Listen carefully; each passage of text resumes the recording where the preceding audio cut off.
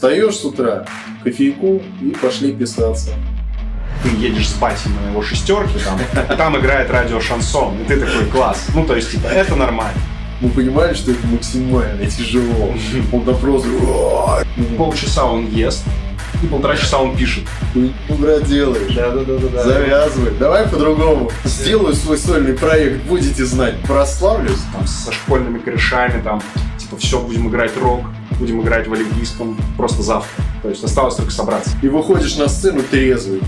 Ты такой, господи, как страшно. Люди все смотрят на меня. Зачем я вообще этим занимаюсь? Была группа System of a Down, которая просто снесла мне крышу полностью. Держите в голове, что может прилететь что-то по голове. Надеваю кожаные штаны. Беру гитару секиру. Давайте соберем кавер-бэнд System of a Down. И ваши денежки вот так вот. Тык-тык-тык-тык-тык-тык. Так, телефоны в этот режим. Отъебитесь. Какого-нибудь полета. Не беспокоить. Режим посадки. Режим посадки. Сейчас где-то ФСБ. Люблю этот режим. От души, ребят. Писит. Камера писит. Я буду иногда так делать. Да, самое то. Писем. Все готовы, все КК. Ну что, Стас, привет. Привет. Как добрался? На метро. Хорошо. Прекрасно. Головой не ударился там у нас? Не. Все в порядке. Чувак реально высокий. Представлю нашего гостя. Это не просто Стас, а Стас Броу. То есть Стас плюс 100-500 к его карме. И когда вы встречаете этого человека, все должны понимать, все будет ровненько. Стас, помимо того, что ровный чел, он еще гитарист группы Black Radiance. И автор песен, я надеюсь. В том числе, да. Текстов. Текстов, да. О чем он сейчас нам и поведает. И не только об этом. Давай-ка, Стас, расскажи, что у вас за коллектив, почему он такой темный, и темный ли ты? Это два вопроса, ладно, да. Окей, да, действительно, я являюсь одним из основателей коллектива Black Radiance. По-русски это будет «Черное сияние».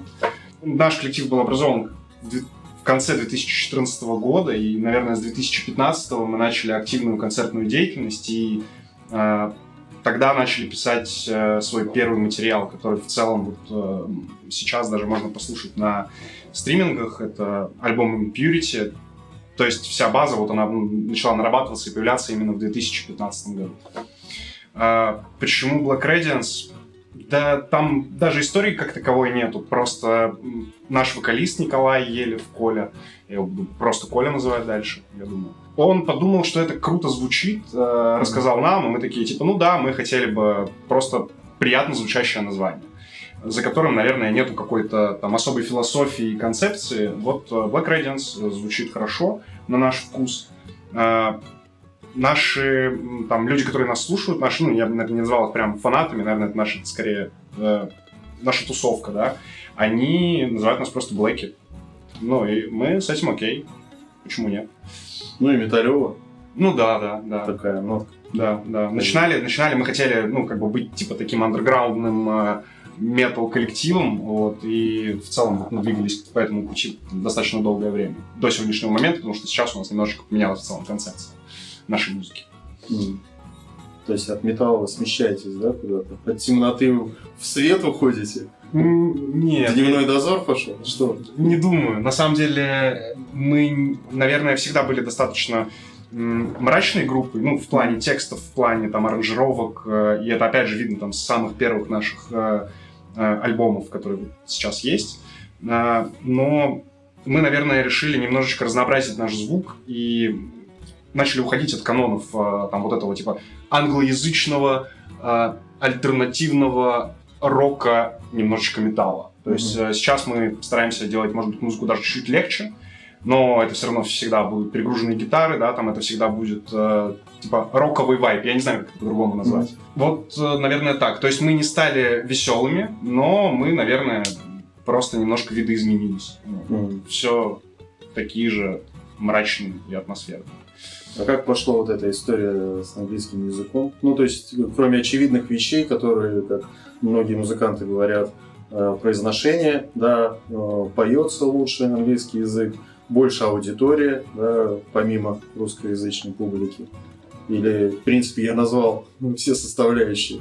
Я, на самом деле, по-другому бы сказал. Просто, когда мы начинали заниматься музыкой, когда мы росли, мы, безусловно, проходили через этап, там, когда мы слушали русский рок, да, какую-то русскую рок-музыку. И неизбежно произошел вот этот импакт, когда мы встретились с зарубежной рок-музыкой. То есть на тот момент, ну там у всех, я думаю, наших ребят, там, с кем мы играем, это были разные коллективы, но там для меня, например, это была группа System of a Down, которая просто снесла мне крышу полностью. И тогда, на много-много лет вперед, во мне поселился такой шаблон, что играть по-русски — это зашквар. И, типа, я сейчас говорю об этом открыто, то есть я раньше пытался придумать какие-то концепции, ну, то, что там, типа, да, там, мы собираемся выступать в Европе, там, мы там собираемся, не знаю, там, расширить свою аудиторию, ездить в туры, там, не знаю, и там английский звучит лучше. Нет, просто в тот момент нашей философии было по-русски это зашквар. И очень я рад, что мы как бы этот этап прошли. Во-первых, сцена поменялась очень сильно, русская. Теперь за ней типа совершенно не стыдно следить. Огромное количество крутых коллективов. И, ну, мы как-то этот путь тоже проходили вот вместе, наверное, со всей сценой. Вот если честно, это, ну, ответ такой. Для нас это был зашквар.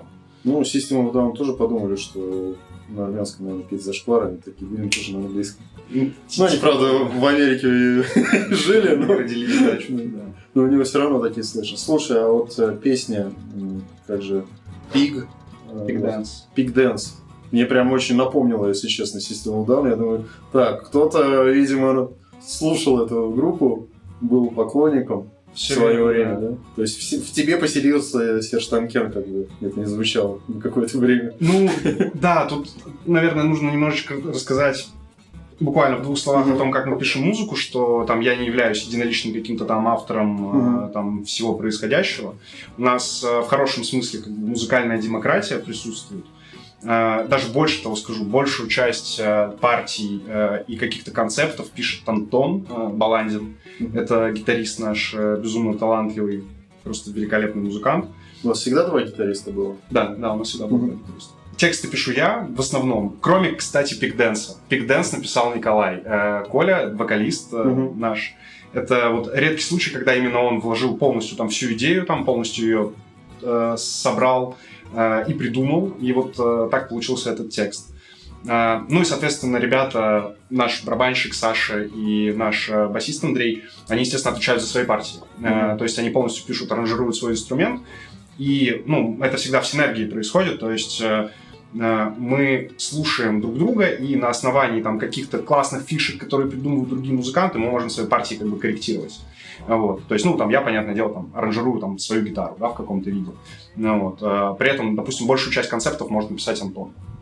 Это вот, ну, чтобы быть объективным, да, в этой истории. А по поводу пик-дэнса, мы никогда не скрывали, что мы большие фанаты System of a Down. Саша, наш барабанщик, вообще регулярно говорит, давайте соберем кавер-бэнд System of a Down. И мы будем просто играть на концертах эти штуки. Ну, мы напрямую в группе ВКонтакте там говорили, писали, да, как наш основной ресурс, где мы общаемся, взаимодействуем с публикой. Снимали какие-то песни, вот, когда просто репетировали, начинали System of a Down?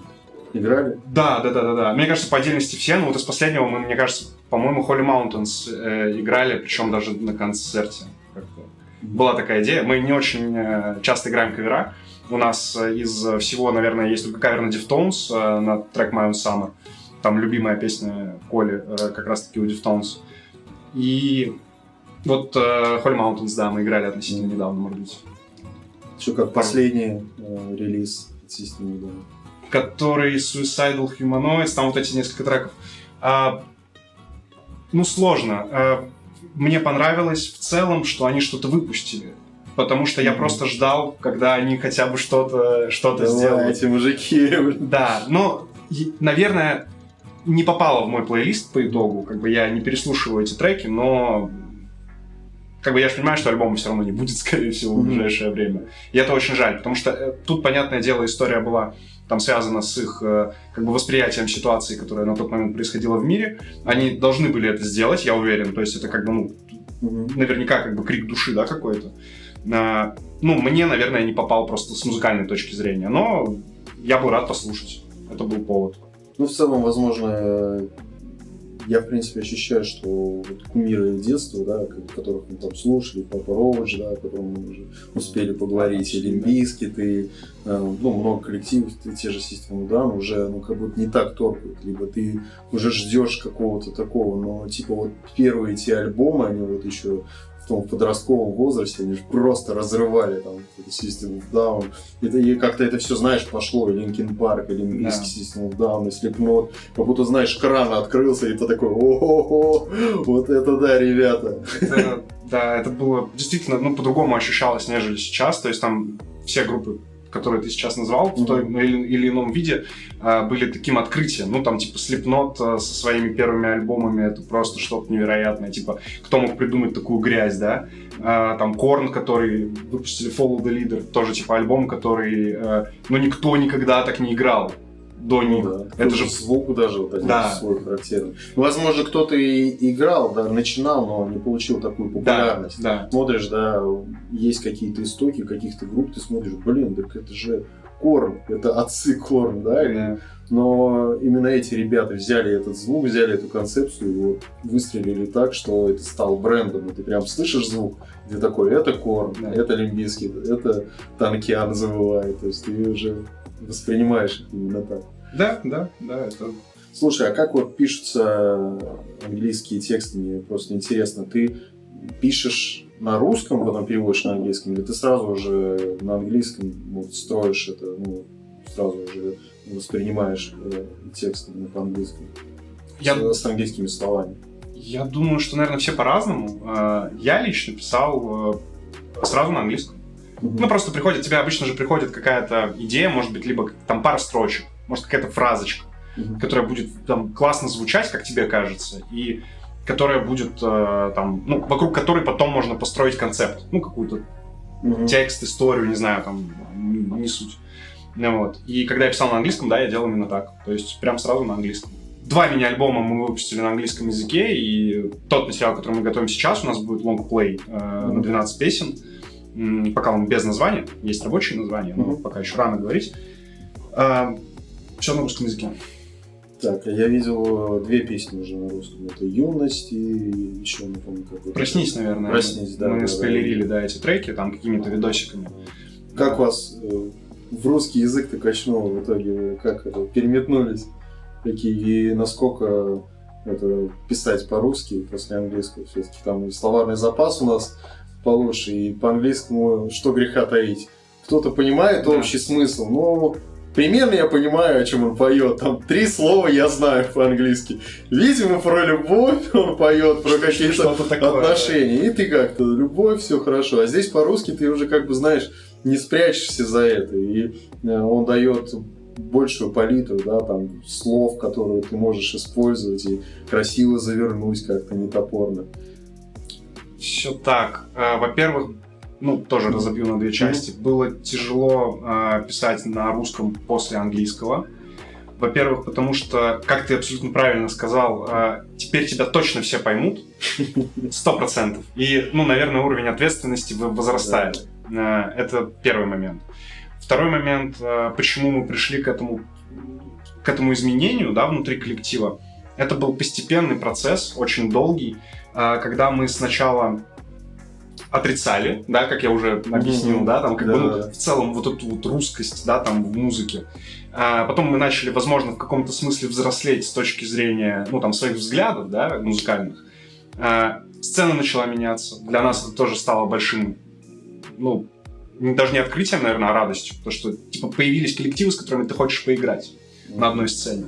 Раньше такого было, типа, в разы меньше. Кроме, ну, каких-то, может, там, типа, известных топовых русских групп.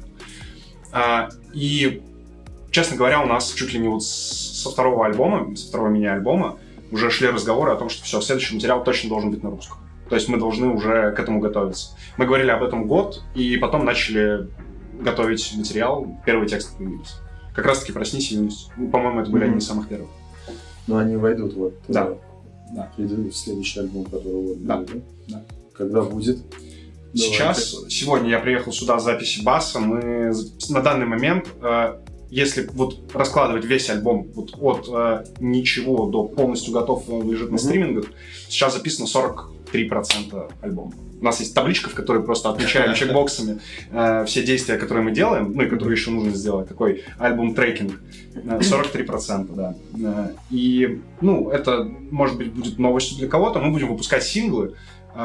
Их будет 4 штуки. И эти синглы уже полностью записаны. То есть, кроме вокала. Нам осталось записать только вокал. После этого мы уже будем готовы их сводить.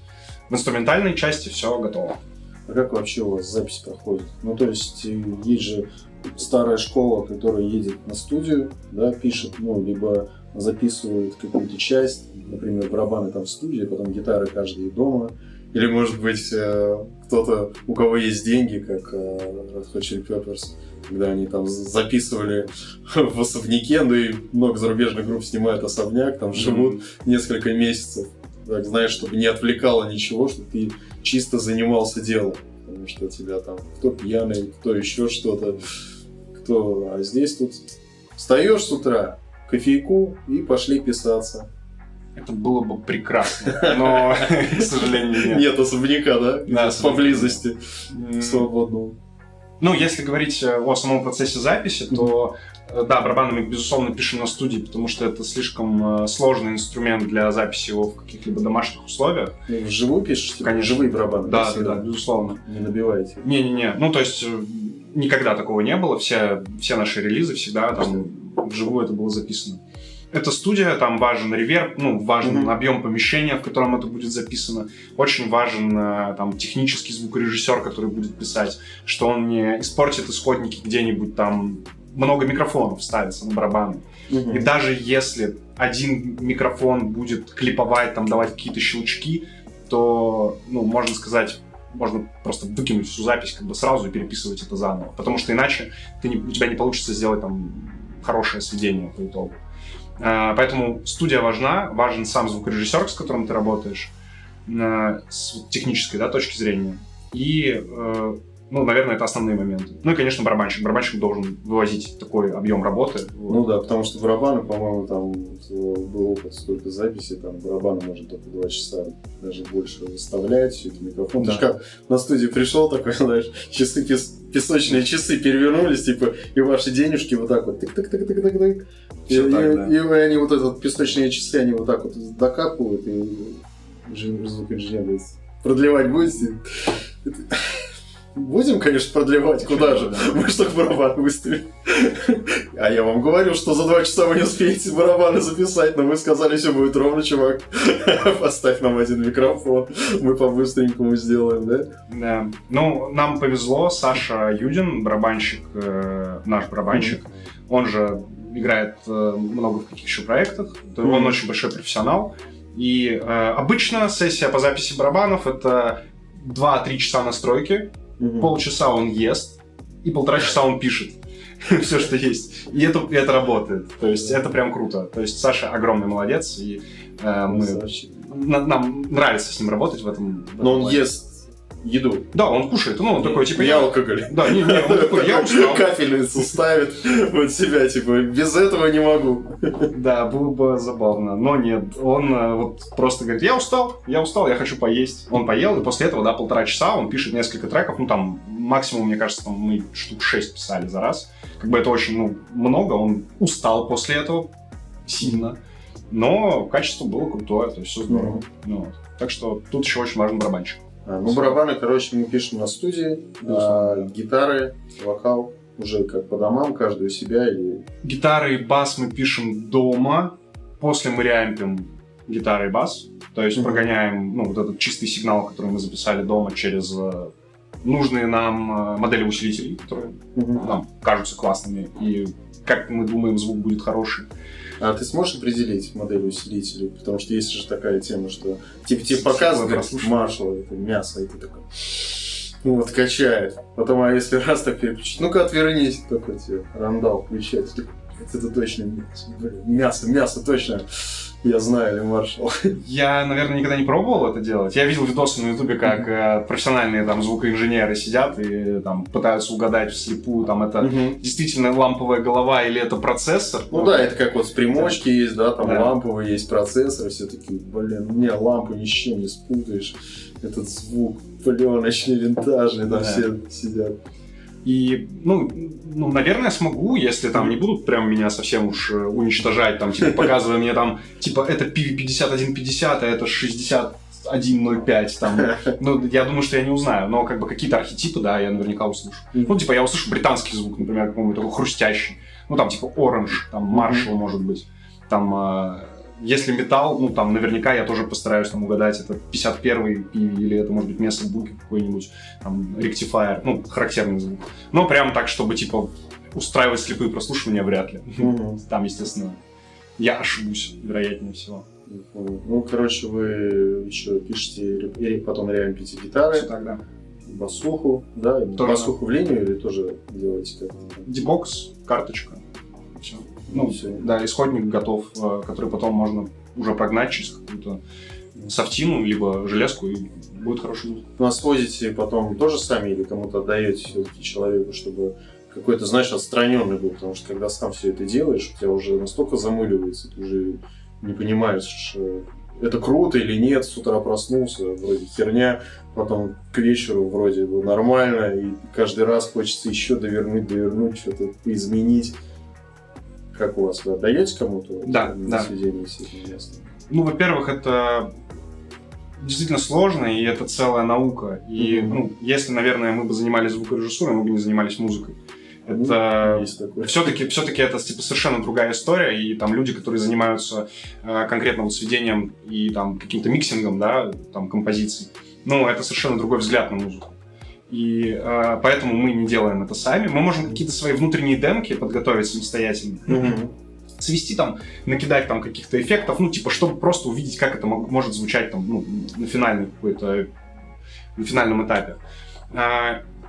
Так, у нас есть на данный момент наш звукорежиссер, с которым мы работаем, Владимир Лехтинин. Это студия Blast Bear Sound. Очень крутой человек, очень крутой профессионал. Он, кстати, играет в нескольких очень серьезных коллективов. Это Second to Sun, такая там, ну, очень серьезная метал-группа. И, насколько я помню, у него есть еще несколько проектов, я затрудняюсь назвать точно, как они называются, но то есть это человек, который знает музыку как со стороны музыканта, так и со стороны звукоинженера. Ну, это, Очень кстати, качественно. такой крутой скилл, что ты не только с одного ракурса смотришь, но и как музыкант, и как звукоинженер, потому что иногда же не всегда люди понимают, когда вот Да. ты еще побывал в шкуре музыкантов, и ты еще знаешь, как это для музыкантов там какие-то моменты важные, и так, когда, да, я понимаю вас, ребят, понимаете, что-то пытается еще музыкант сказать, ты, вот тут мясо надо, ну, чтобы качало, понимаешь, ну нет этого. Он говорит, Это правда. наверное, я просто компрессором сильно пережал. Ты, ну, наверное, ну, вот надо, чтобы поживее было как-то. Да, вот эти моменты. А мастеринг Он же, да, он же, тоже да. делает? У этого человека мы на самом деле многому научились, потому что, опять же, человек серьезный, работает с зарубежными коллективами, с большими, там, ну, в своем жанре, да, там, всякие там death metal, там, black, ну, вот это направление, мы как бы намного легче, в разы легче, чем то, чем он обычно занимается, ну, вот, но нам нравится, как он делает. Ну, вот. И с точки зрения профессионализма, да, там он нас многому научил. Ну, то есть он нам объяснял какие-то вещи, там, что, типа, пацаны, так не делают. Лучше, там, давайте вы в следующий раз попробуйте записать по-другому. Здесь, там, может быть, даже он говорил, что там какие-то партии звучат не очень хорошо, но вы могли бы сделать вот так, и это бы звучало лучше. Ну, и, соответственно, мы, конечно, прислушиваемся к таким... Ну, рекомендации к Конечно. исходникам, да, чтобы Да, ему было безусловно. потом работать с этим Да. уже проще Да, сделать. да. И с технической точки зрения, и где-то, ну, там, по аранжировкам тоже он там говорил, что вот я не смог это свести так, как хотел, потому что здесь, допустим, какой-то конфликт происходит, да, внутри аранжировки. И мы это ушли, ну, как бы, да, между первым альбомом и вторым, как бы, была вот эта работа проделана. То есть, ну, и сейчас еще между вторым и третьим, естественно, у нас еще больше было каких-то штук исправлено, ну, с точки зрения вот именно такого нормального, серьезного отношения вот к исходникам и к аранжировкам. пацаны, пишите все в клин, да, не надо никаких эффектов, я сам себе наложу, не надо уже дилей вот эти все, да. Я только хотел спросить, не было бы круто отдать, ну, вот как говорят, себе на Западе делают круче, отдать туда, свести, не было ли такой возможности, или не было ли такого желания? Наверное, не было даже мысли такой. Ну, то есть в какой-то момент я лично об этом задумывался, что было бы здорово попробовать, может быть, поработать там с кем-то, у кого есть имя. Но, с другой стороны, это просто имя. Типа, самое важное — это результат. Вот. И, ну, в целом, там, мне плевать, если человек там свел, не знаю, там, 10 альбомов Металлики, да. Ну, то есть, скорее всего, точнее, не скорее всего, возможно, он нам сделает там не совсем то, что мы хотим. И не факт, что он может сказать, да, типа, да, чуваки, я сделаю, отдаст своему помощнику. Он тоже классно делает. И да, все, ну, как, поставлю свою печать. Возможно, классно делает. Ты такие, ну, что-то не Металлика получилось, да, совсем? Как бы так. Ну, не было таких мыслей. Наверное, это играет роль, если, может быть, у тебя есть твоя музыка, которую ты пишешь. Она очень жестко укладывается в формат определенного стиля и звука, с которым работает какой-то конкретно известный звукорежиссер. Ну, я так персонально, наверное, не смогу сказать. Ну, там, условно говоря, если ты играешь там Melodic Death Metal, да, например, и ты идешь там к звукорежиссеру группы In Flames, да, который сводит их. Типа, ты хочешь фирму, ты хочешь так же, как у них. И человек сможет тебе это дать. Ну, у нас не было такой потребности никогда, чтобы звучать как-то конкретно. Вот, типа, вот как они, да, мы хотим, как они. Нет, такого не было, поэтому мы, ну, экспериментируем. Но, с другой стороны, все равно нужно, многие сейчас музыканты забывают, что нужно все-таки делать упор все равно на творчество. Главное, чтобы тебя свели и было качество на уровне, чтобы могли тебя потреблять на уровне с другими, знаешь твою музыку. Но не было, как, допустим, сейчас уже вряд ли прокатит «Гражданская оборона». Сейчас какая-то незнакомый коллектив такой, со звуком «Гражданской обороны», все такие, о, не надо, я переключу, потому что сейчас уровень настолько записи, да, саунда уже возрос, и уже без какого-то качественного звука тебя могут и не заметить. Тупо из-за звука не будут слушать. Включай такой, ничего не слышно, голос где-то в жопе, ничего не понятно, типа, переключаешь, никто не будет искать, где там тот алмаз, да, знаешь, как встречают по одежке, типа, тяжело человеку, думает, ну, страшненько, но надо разгадать ее внутренний мир. В основном все сначала вот, потом уже начинают копаться. Ясно. Ну, короче, Рика Рубина пока не вызываем, да? Пока. Рик Рубин уже легенда, он же с кем только не работал, то есть от Slipknot до каких-то там, знаешь, таких... Спирс, там Рианна. И типа вроде бы как неплохой результат везде, но там в 90% случаев альбомы-то добиваются такой популярности. Да. Ну, это человек, который, как про него говорят, там, если все в порядке, он не встает с дивана. Ну, то есть, он просто не мешает. Индикатор. Он просто как ангел-хранитель такой, знаешь, такой, ты, брат, делаешь. Да. Завязывай. Давай по-другому. Там сыграй 20 раз, перепиши эту песню. И типа, мне все нормально. Все такие. Рик Рубин заценил. А Рик Рубин очки одел просто, спит, наелся, накидался, да, и все. Ну, может быть, да, такой талисман. В целом.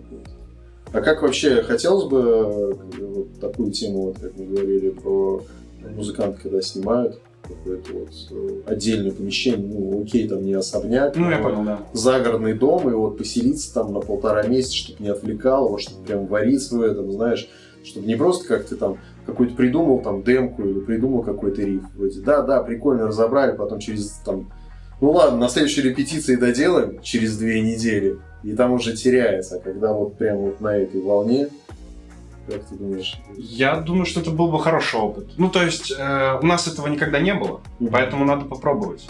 Типа, оно может не сработать. Мы можем пить пиво и играть в игры. Ну, принести, типа... Сбухались да, просто. Типа, PlayStation. Фифу прошли. Да, просто сидеть, играть, не знаю, тусить, смотреть сериальчики, ну, то есть заниматься вот такими вещами.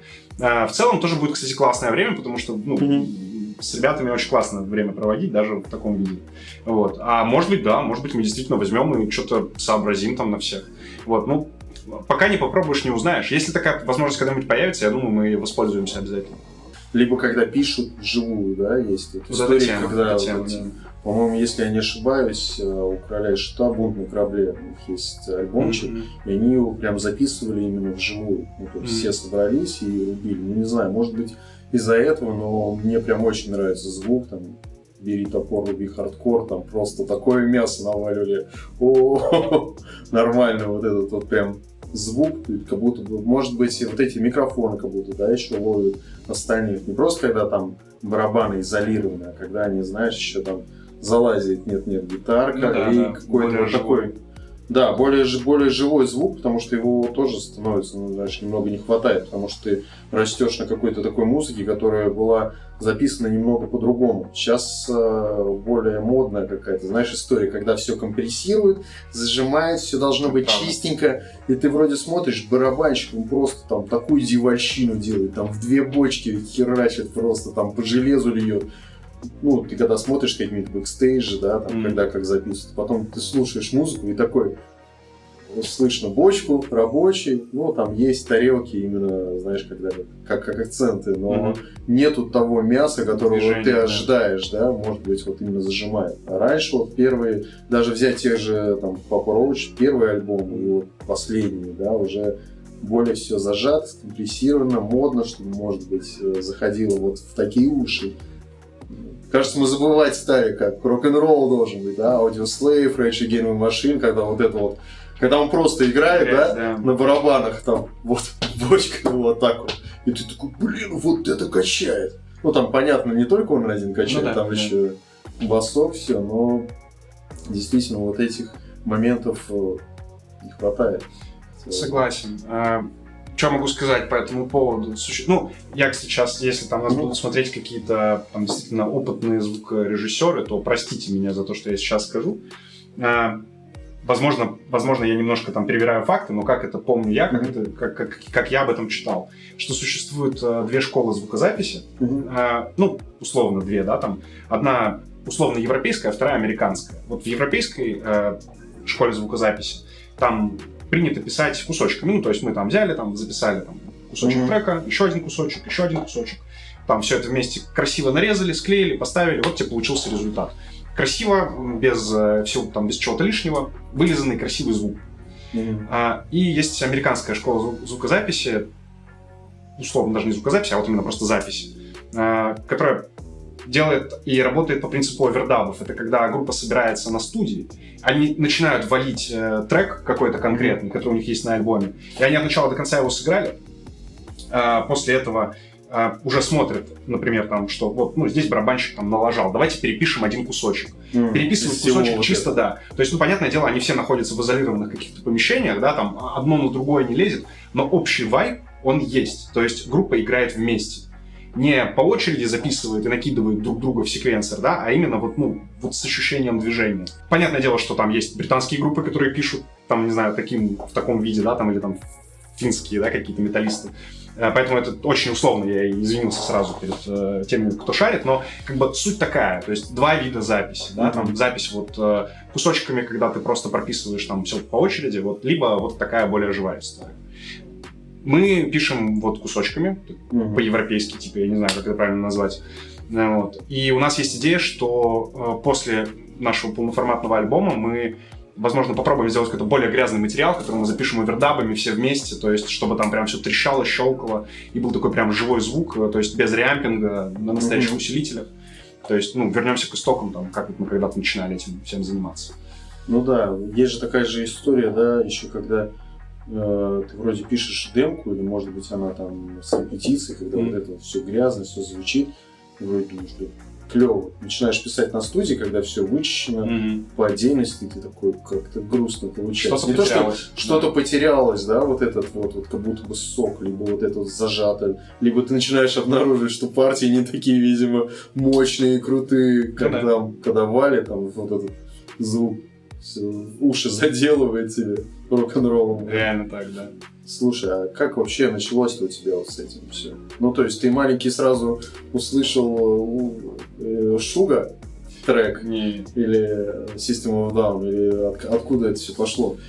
Или сначала ты пробовал там Валерия Леонтьева, там, все, что там у вас есть, Киркоров и так далее. Меладзе. Потом, блин, что-то не то, что-то мне не хватает. Кто на тебя произвел впечатление, что ты взял в руки гитару? Или ты, может, не гитару изначально взял, а барабаны, не знаю. Ну, началось, мне кажется, как у многих. Там я никогда не интересовался особо музыкой в каком-то таком прям глубоком виде. Ну, то есть, да, я могу послушать то, что там ты едешь с батей на его шестерке, там, и там играет радио-шансон, и ты такой, класс. Ну, то есть, типа, это нормально. Видимо, такая она музыка. Да. Ну, там, конечно, не радио-шансон, но просто, там, не знаю, какое-нибудь русское радио, да, там играет просто русская попса, да, там, тех лет, там, середины, там, 90-х, там, нулевых, начала нулевых. В какой-то момент я открыл для себя русский рок, благодаря, мне кажется, там, может быть, частично нашему радио, каким-то там дворовым посиделкам, да, когда просто с ребятами там послушай «Короля и Шута». Кстати, «Король и Шут», ну, там однозначно топ-1 моих там подростковых лет. Коллектив обожал вообще, прям все альбомы очень крутые. Чуть позже, когда появился интернет, первый интернет с локальными сетями, где можно было общаться с людьми в чатах и скидывать друг другу какие-то файлы, ну, там, например, альбомы, там, кинчик. В этот момент на меня свалился, собственно, ну, такой типа зарубежный рок в виде Нирваны, в первую очередь, в виде System of a Down и чуть позже In Flames. Вот это те группы, которые прям очень сильно на меня повлияли, и лично для меня это было, ну, типа, безумным открытием. То есть, и каждая, наверное, чему-то своему научила в процессе прослушивания и вот осмысления. И ты уже сначала взял акустику, да, или как? Или сразу мама, папа, мне нужна гитара, вот как у Кобейна. Вот ту, которую он сейчас разбил, вот именно ту. Честно? Можно даже разбитую, я склею. Не, честно говоря, я хотел, когда я вот, ну, типа, только всем этим увлекся, я хотел, знаете, такую гитару BC Rich Warlock, это, короче, такая, как будто бы топор, типа, ну, как раз там, у группы Лорди, там, я не знаю, я дико угорал с Power Metal еще в какой-то момент. Чем жестче, тем лучше. Kiss, нормальные чуваки, у него там секира, да, вот это. Да, типа там Kiss, там Эпидемия какая-нибудь из русских групп, там, не знаю, что там, Blind Guardian, там, американский, ну, там, не знаю, они англичане, наверное. То есть, ну, типа, вот такую музыку я очень хотел, там, типа, металл про эльфов, короче, делать, это ж, ну, это круто. Мне тогда это просто казалось, типа, чем-то невероятным. Да, но так получилось, что я купил, сэкономил на обедах, попросил денег у родителей и купил себе бас-гитару сначала. И ты такой... А что с ним делать, подумал я, и через некоторое время поменял ее на гитару. Такой, ты думал, бас-гитара тяжело должно быть, ну, типа, максимальный сок, максимальный, вот прям вот. Я буду самый тяжелый. И такой думаешь, блин, а где вот это вот? Где рок? Где рок-то от нее, как с ней работать, да? Это было, да, странно. Разочарование такое, блин. Ну, там, наверное, знаешь, что еще было связано с тем, что тогда, естественно, пытались собирать какие-то свои первые бенды, ну, то есть там со школьными корешами, там, типа, все, будем играть рок, будем играть в Олимпийском просто завтра. То есть осталось только собраться. У нас есть клавиши, там, типа, у нас нет барабанов. Будем играть рок, у нас есть клавиши. У нас есть клавиши. Есть чувак, который играл на них в музыкальной школе. Типа, все, мы 100% уже, типа, легенды. Ну и там, мне кажется, в тот момент просто был свободен слот басиста. И я такой, окей, я буду басистом. Ну, не получилось, не заинтересовало. В дальнейшем я понял, что, ну, гитара там в разы для меня интереснее. Хотя вот сейчас, общаясь с нашим басистом Андреем, я понимаю, что это типа инструмент, ну, максимально другой. Он очень интересный. Он... Ну, они все по-своему прикольные. Ну да. Меня как-то тоже затащили, кстати. Все же хотят на гитарах играть. Ну, в основном ты же видишь какой образ. Чувак с гитарой, вот она что-то ревет, все, и басист там что-то такой. Что-то стоит, но есть крутые басисты, это вот из разряда, да? Limp Bizkit, там, да, Фли, который нарезает. Ты такой, о, какой прикольный мужик, блин. Дед с крашенными волосами, голый, с гитарой прыгает, пляшет, да? Но в основном он как бы не вызывает такого, типа, блин, о, хочу быть басистом, все равно гитаристом. И получается как? Типа, есть свободное место, у нас уже есть 3 гитариста, и не хватает басиста, чтобы вот так вот пальчиками делал. И ты такой, блин, ну, надо попробовать. А потом в итоге знаешь, как-то так, блин, а прикольно. Потом ты еще такой, блин, мы будем играть панк-рок, и типа пальчики не успею, а я буду медиатором тоже. И, в принципе, буду тоже вот так же, буду круто выглядеть так же, как гитарист. И потом находишь, знаешь, свои фишки, и даже, я помню, когда там на Лосу играл, потом кто-то играет, и ты уже такой, нет, здесь поплотнее, типа, или ты сам за гитару садишься, и ты такой, надо мяса побольше, нет, у меня нету этой подушки, когда ты сам, знаешь, в бочку попадаешь, ты такой, вот оно, типа, максимально прокачивает. У всех свои кумиры. Вот на первом подкасте я общался с Юрой, он вообще, звукоинженер, я говорю, понятно, гитаристы. А вот как звукоинженером хотят люди стать, это же особо люди, толк. Свой путь какой-то должен привести к этому. Да, я говорю, это же нет такого, вот этот таинственный кардинал под абажуром стоит, да, под светом, хочу быть таким же. Вдалеке, но все решаю. Типа, захочу, раз звук ему уберу, захочу вокалиста, который в ноты не попадает, я ему еще рейвера накручу, и будут как песняры, только такие перепившие, которые мимо нот. И, кстати, мимо нот и перепившие песняры, как вообще на концерты позволяете себе? Чисто коньячку там, или не чисто чуть-чуть коньячку на донышке, а вот прям залиться хорошо, чтобы прям душа развернулась. Как вы к этому? Если печальный опыт, давай-ка какие-то интересные моменты. Да. Да, и сразу глаза потел. Как сейчас вижу. Да, я вспоминаю этот момент. На данный, сейчас мы не пьем перед концертами, мы не пьем там на записях, на репетициях. То есть это личное дело каждого. Кто-то может... просто у нас, допустим, там гитарист не пьет вообще. То есть просто в целом. Кто-то за рулем. Соответственно, тоже, это сразу накладывает некоторые ограничения. Я без машины. То есть я с удовольствием выпью пивка после концерта. Потому что у нас был период, когда мы бухали перед выступлениями. Играли в рок-н-ролльщиков. Да. И это сильно влияло на наше качество исполнения. Типа, я потом уже понял, если ты хочешь играть пьяным, ты должен всегда играть пьяным. Это такой же навык. Это точно такой же навык, как любой другой. То есть ты должен заниматься пьяным, ты должен концерты играть, репетировать. Если ты всегда делаешь это с пивком, это нормальное для тебя состояние получается. Да. В то время, когда ты репетируешь, всегда там без этого допинга, состояние меняется, все складывается, не работает эта схема. И потом все говорят, он немножко с оттяжкой играет. Да? Вот такой стилевый он играет. Стилевая игра, я просто всегда в говно, и поэтому немножко с оттяжкой. Притормаживаю. Чуть-чуть за метроном, звучит стильно. Понятно, представляешь, ты все время бухал на репетициях, на концертах. То есть ты всегда синий, веселый, бодрый, такой рок-н-ролльщик. И выходишь на сцену трезвый. И ты такой, господи, как страшно. Люди все смотрят на меня. Зачем я вообще этим занимаюсь? Хотя это может сработать, ты будешь хотя бы, скорее всего, играть нормально, да, понятно. Но когда наоборот, ты играешь последний на фестивале, 8 групп, тебе грустно. И ты как-то нужно стресс снять. И в итоге, барабанщик вытягивают. Мне нужно поесть. Действительно, сейчас тебе нужно поесть. Хоть как-то, да? Освежиться в этом плане. Да. У нас такая ситуация с алкоголем сложилась. То есть его нету в процессе, музицирования. Но опять же, попить пивка после концерта, почему нет? Это норм. В общем, вы вовремя свернули с этой дорожки, и не было моментов каких-то таких зашкварных. Был. После него мы перестали пить. У нас был... Это даже был не концерт, мне кажется, это был... Это нельзя назвать концертом. Не. Это в какой-то момент мы очень много времени проводили на... Это место называлось «Азбука звука». Это была такая репетиционная точка.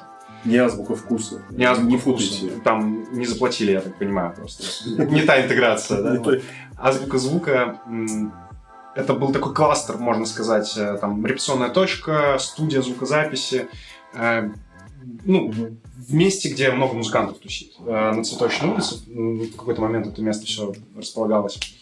Большое количество музыкантов, там всякие андердоги, известные ребята там обитали в том числе. И это была тусовка большая, где люди занимались музыкой в том числе. И у нас были там стримы на этой азбуке звука, когда мы играли онлайн-концерты, еще, кстати, задолго до пандемии, то есть тогда это вообще не было, ну, как бы чем-то таким рядовым, то есть это, можно сказать, первопроходцы были ребята с азбукой как раз, с такими вещами. Уже опыт, знаешь, когда все начали, а как это делается, ну, чуваки этим занимались. Ну, да, но я могу рассказать чуть позже, в чем там был момент. Короче, вот, и в этом кластере постоянно проходили просто какие-то тусовки. Можно было, допустим, залететь вечером, там, порепетировать, а ребята говорят, сегодня будет вечеринка, ну, будет там 40 человек, например, просто все тусят там, либо знакомые, знакомых, поиграйте. И вот как-то раз на такой тусовочке локальной, вот в этом подвале, мы сыграли свой самый медленный концерт. Мы были сильно пьяны и сыграли все, ну, наверное, BPM на 30 медленнее, чем надо. Мы сыграли такую дрон-версию нашего альбома на тот момент. С оттяжкой немножечко. Типа с вот такой оттяжкой. И это было настолько ужасно, что мы поняли, что так больше делать не надо. Да, и люди слушали, и они такие... Что происходит? И мы такие тоже... Какой-то дилей идет, да? Да, и мы такие, мы тоже не понимаем, что происходит. Вот, это было не очень хорошо, да, но потусили и нормально. Там еще, наверное, все-таки играли сейчас, как используете ушные мониторинги, вот эту всю историю. Частично, да. Удивляюсь, там смотришь какие-то старые концерты, прям просто. Нирвана, они там что-то подстроил, там что-то без метронома, никаких наушников, просто. И, блин, четко играет, попадает. Ну, там у них есть, конечно, косячки, но там все можно на граж списать. Ну, всегда. Да. И типа четко. А сейчас все ушной мониторинг, все типа слышно. Особенно вот, ну, какие-то заведения, где не так уж хорошо, там все эти с мониторами. Там же можно слышать, допустим, на одну гитару. Хотя ты не гитарист. Или там вокалиста только. Вокалист вообще ничего не слышит. Такой, я дотянул ноту или не перетянул, или вообще меня слышно. Это же очень тяжело играть. Это правда. Это 100% правда. И поэтому Коля, наш вокалист, он использует in-air, как бы всегда теперь уже. Потому что таким образом он всегда слышит себя и слышит плюс-минус необходимый там минимум инструментов, которые нужны. Ну, там, даже если, допустим, площадка там не очень хорошая, да, и, может быть, там по качеству там звук не очень хорошо там передается, да, там микрофоны плохие, неважно. Короче, он слышит всю картину, и он не срывает голос просто банально. Потому что, когда он поет без инейров, когда площадка маленькая, все шумит, гудит, пердит, в этот момент он пытается найти себя, просто поднимая голос выше. То есть, типа, пытается петь громче. Но это неизбежно приводит к тому, что из-за того, что там есть скримы всякие, там какие-то крики, не крики, да, там, и чистый вокал, в итоге он просто срывает голос. Поэтому сейчас это, да, безусловно, инейры, и это ему сильно помогает, он стал петь в разы чище, потому что он стал себя слышать лучше. Ну, скримы, кстати, неплохо у него вроде получается. Надо побольше использовать. Послушал, не помню какой трек, потому что я прям послушал очень много, и вот, по-моему, что-то из последних, даже на русском. Вот, под конец песни такой, надо еще, хорошо идет.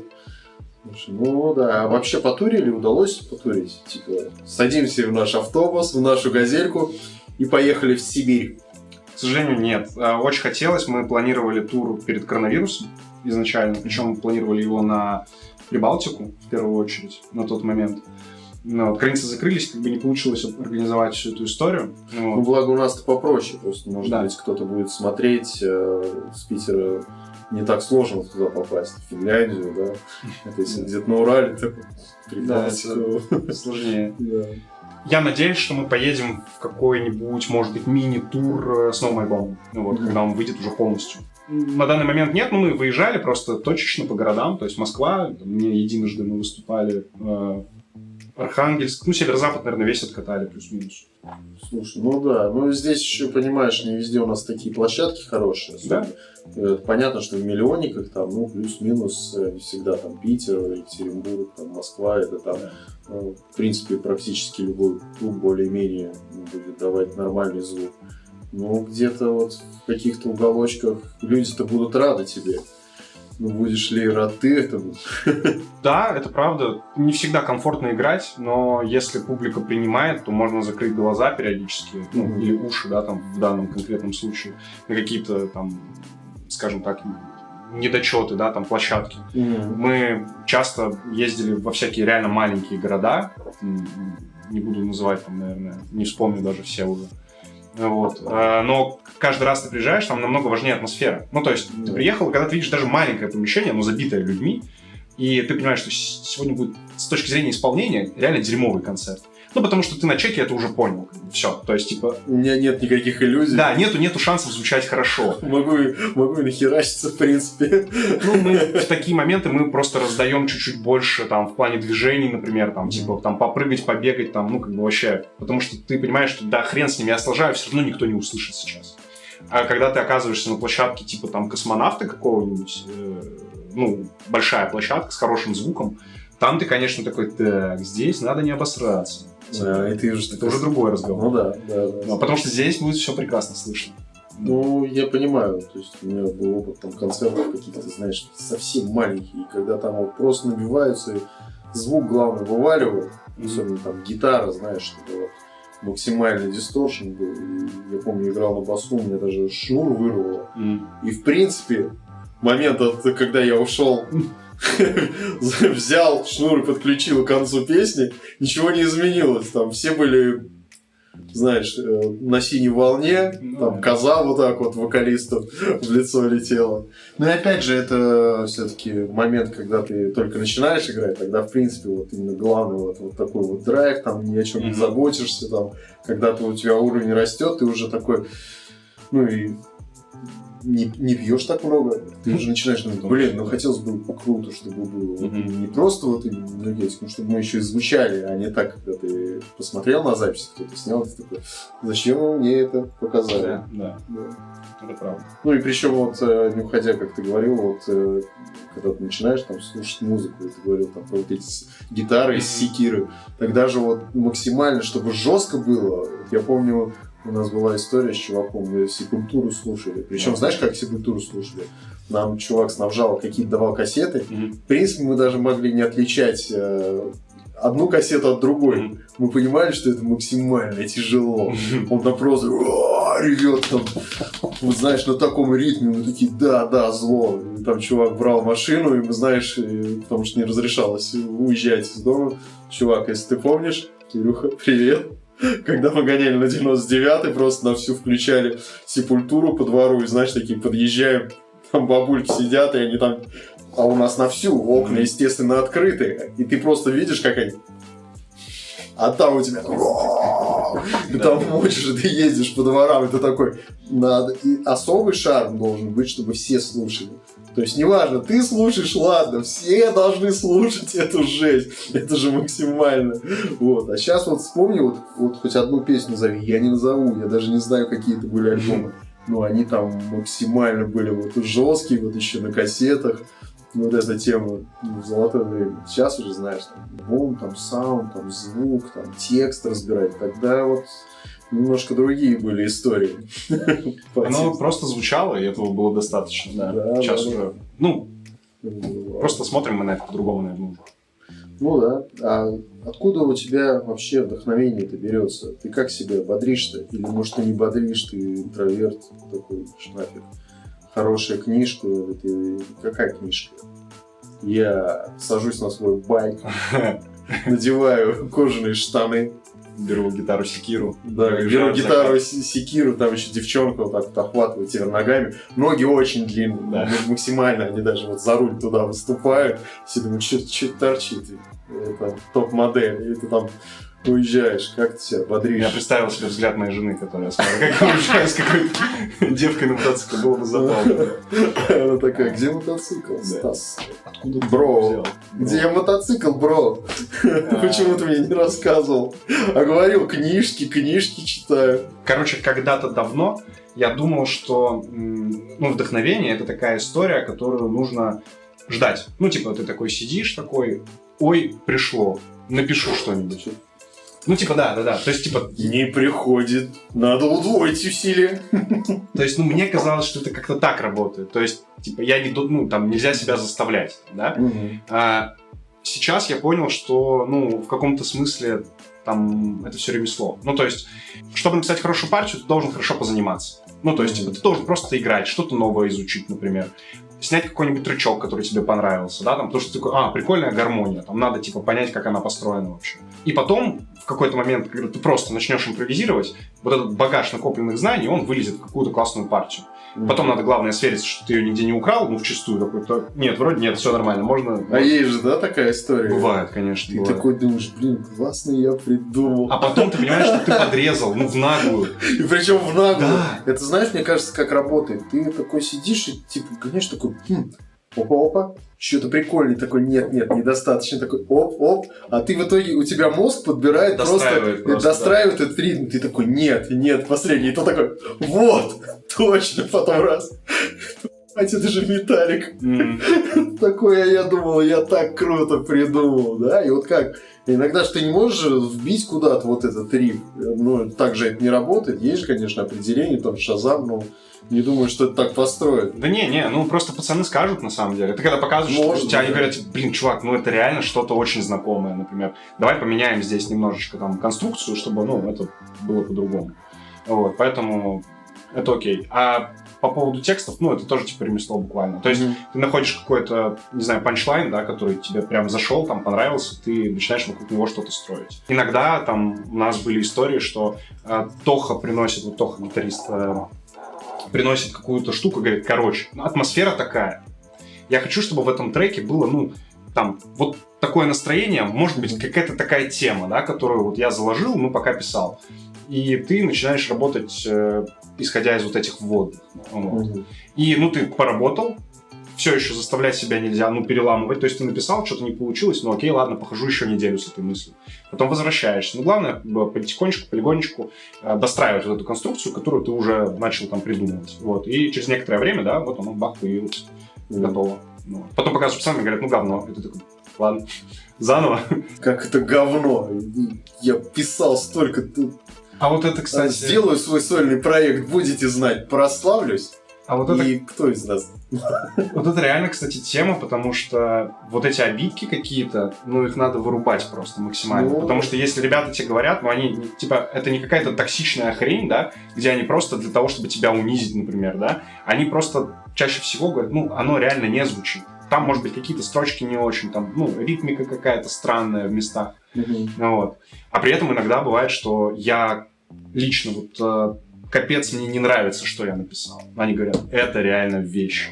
Типа, давай вот это оставим. И я говорю, типа, нет, пожалуйста, не надо. Типа, я не хочу это слышать, когда устанет песня. Они говорят, нет, это круто, это звучит круто. Я случайно, я не хотел. Да, буквально вот так вот. А там еще навернул, да, знаешь, такую партию, такой, мне теперь постоянно это нужно играть. Да, клево было.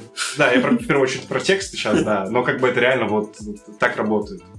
Поэтому...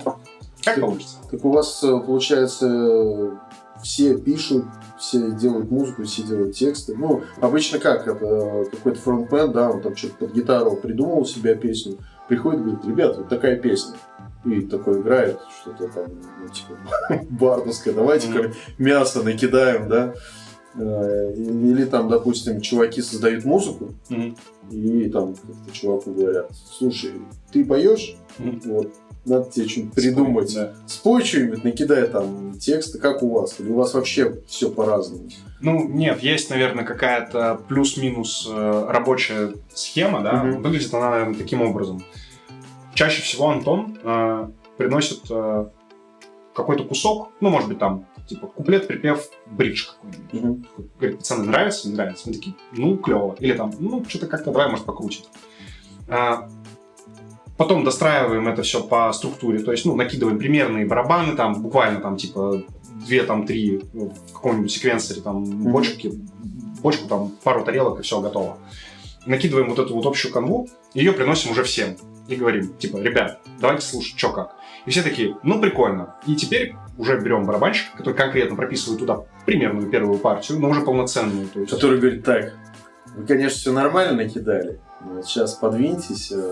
Именно так. Борща погрейте, я сейчас поем и покажу вам, как нужно играть. И, соответственно, Саша придумывает партию, какой-то костяк туда, да, уже, который будет. Мы смотрим там, что по ударчикам, немножечко меняем свои партии гитарные, которые там есть. И получается на выходе какая-то, условно, демо. И вот в эту демку чаще всего раньше Коля набивал на... Это по-разному называют. Йогуртовый язык. Ну, типа... Рыбий язык. Да. Как-то там... В общем, да, просто какие-то фразочки туда накидывает. И потом вот в эту ритмику уже настраивается текст. Часто бывает, что у меня что-то лежит уже. То есть какие-то штуки, я говорю, блин, вот сюда реально может зайти. Но я никогда не попадаю в то, как вот Коля это в итоге увидит. То есть я даю ему текст, а потом я удивляюсь, как он это смог по-другому вообще сделать. То есть абсолютно не так, как я это себе представлял. Вот. И дальше мы уже, все корректируем, типа, прям подбиваем, чтобы оно все прикольно получилось по итогу. Хорошо зазвучало. Вот. Чаще всего так. Ну, короче, это такой симбиоз у вас. Да. Между собой нет конкретного лидера, нет конкретного автора, ну, вот прям такого, которому можно предъявить и типа написать, ну ты и говно сделал все-таки. Да, Или да. наоборот, вот этот хит, ну прям крутой, вы такие, блин. Ну, всем спасибо. Ну, по факту так, Так-то да. было бы удобно, все, на чувака спихивать. Не зашло. Тайм-аут? Нет, я спрашиваю, типа, ну, час отсняли. Час отсняли, я просто не показывал, мне показывают, типа, Я я не пойму, он, типа, он показывает Дон, или, типа, Ахмад Сила, или час, или, типа, он говорит, 1 минута осталась, я думаю, вроде Мы о должно быть знаке на заряжено. каком договорились. Так, ну что, про свои увлечения ты не хочешь рассказывать? Какие-то тайны все-таки жена, мы понимаем. Хотя мы можем сделать 2 версии. Типа, одну для жены, где ты такой, я занимаюсь тем, что пишу стихи для жены, выбираю подарки и думаю, как сделать ее жизнь не поверит, лучше. что это bullshit. Просто нет. И другая, ну, собираемся мы в бане, берем гитары, секиры. Берем свои секиры и начинаем репетировать с веничком, все как нужно. В итоге, что у нас там? По видам спорта есть что-то такое. Отжимаешься по утрам, делаешь зарядку, бегаешь до репточки. Бегаю до репточки. Вот, бегаю от ответственности в первую очередь. Или, может быть, ты книжный червь. Ну, Как бы это ни звучало. Ну, по спорту я вообще, когда был подростком, занимался легкой атлетикой много. Вот, и бегал, ну, очень долго. Вот, ну, прикольный опыт. Сейчас, естественно, я забил на все это дело, потому что там и музло, и работа, и как бы какие-то там еще свои типа, дела, делишки. Вот, не особо до этого. Но, да, был такой период в жизни. Естественно, когда там, я был совсем подростком, я очень сильно увлекался футболом, футбиком. Ходил на стадион, там, болел за «Зенит», все дела. Вот, и, ну, сейчас периодически можем с батьком посмотреть футбол, ну, с пивком там чисто. Я сразу подумал, что что-то футбольное в нем есть. Прям похож что-то на футболиста. И даже Серега найдет футболиста того, которого я думаю, и мы сравним. Правильно ли я думал? Я не знаю, там это можно вырезать, если что, но я когда приезжаю в какую-нибудь, ну, типа, знаете, на такой пляжный отдых, все, короче, чуваки, там, турки какие-нибудь, тунисцы, они все такие, Златан. Есть, по-моему, Златан, он, да? Златан, да. Про него я думаю? Да. Ну-ка, Ибрагимович. картиночку. Ибрагимович. Да. Ну, я такой, окей, ладно, это прикольно. Типа. Зато они меня запомнили сразу, как бы, и все. Вот, на этом мы сойдемся. И ты еще такой достаешь секиру и начинаешь играть. Они такие, нифига, он еще и металл делает. Вообще, Ибрагимович делает вещи. Да. Ну, так сейчас, наверное, нет. В основном все-таки это музло, да. И как я отдыхаю, я играю в игры. Играю во всякие там новые штуки. Вот сейчас играю в God of War новый. Вообще круто очень. Смотрю сериальчики, бывает, когда есть такое желание. Кинчик всякий интересный. Книжки тоже читаю. Засасывают сериалы? Ну, то есть ты из тех чуваков, которые такой посмотрел несколько серий и такой, все, отстаньте, я посмотрю потом. Или такой, если сериал... весь сезон, потом второй вышел, третий, нет озвучки. Я не знаю, английский, давай. Ну, зависит от сериала. То есть, допустим, «Дом дракона», который вот недавно вышел, ну, на одном дыхании вообще посмотрел, мне понравилось. Зависит, наверное, от того, реально, что именно выходит. Винни не смотрел сериал такой? Ну, Нет. как не там, а именно рассказывалось про историю, как вот это все начиналось, как музыкальные агенты там хантили различные рок-группы того времени, там 60-е, 70-е. Я посмотрю, это интересная тема. Да, и причем они, по-моему, один сезон выпустили, второй что-то не получил финансирования, либо что-то не зашел. Хотя я такой, блин, вот это вообще интересный сериал. Ну, неплохо пошло. Слушай, да, надо посмотреть, эта тема вообще очень интересная. Ну, мне вот именно с сериалами очень плохо, так же, как и с видеоиграми. Мне, типа, прям нужно вот уходить. Типа, я такой, в игры я не играю. У меня, знаешь, такие, типа, какие-то особенно там шутеры, я еще помню раньше, такой, да что эти игры, ну зачем, ну какое-то баловство, там, знаешь, какой сталкер, ну что там, ну ходит, просто стреляет, там, 8 часов прошло, спина болит, что это было? Потом еще раз садишься, опять вот прям вот так вот. И также эти сериалы, знаешь, они такой, интересно же, что в следующей серии будет. И все, и тебя прям вот так вот вырубает, и тебя жизни убирает, а когда там 8 сезонов каких-то. Блин, ну это тяжело. У меня всегда так вот, со всеми сериалами, некоторые вообще просто, знаешь, было лень переключить, и ты такой сидишь, знаешь, тебя зацепляет такой, типа... Прикольно. Не недооценивал. Ну, туповатый юмор, ну. Что-то в этом есть, да? Ну, давай второй посмотрим серию. Прикольно, прикольно. И вот так вот сразу все смотришь, и потом все. Ты все свои планы, все ушло у тебя.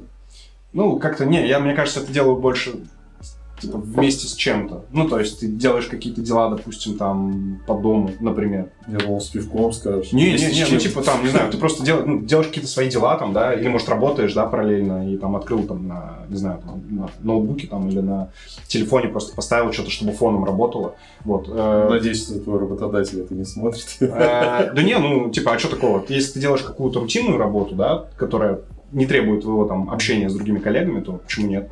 Если сидишь в Excel, там, я не знаю, типа, верстаешь какую-нибудь табличку, то пускай фоном что-то работает. Ну, у тебя работа не связана с музыкой? Манагерствуешь или... Работа не связана с музыкой, да. Я, условно, проект-менеджер такой инфраструктурный. Вот, занимаюсь там всякими проектами вот, в телекоме. Ну, то есть ты там культурный человек, все дела. Ну, да. Потом выходишь, обнажаешь все свои татуировки. Типа того, да. Садишься на Харлей.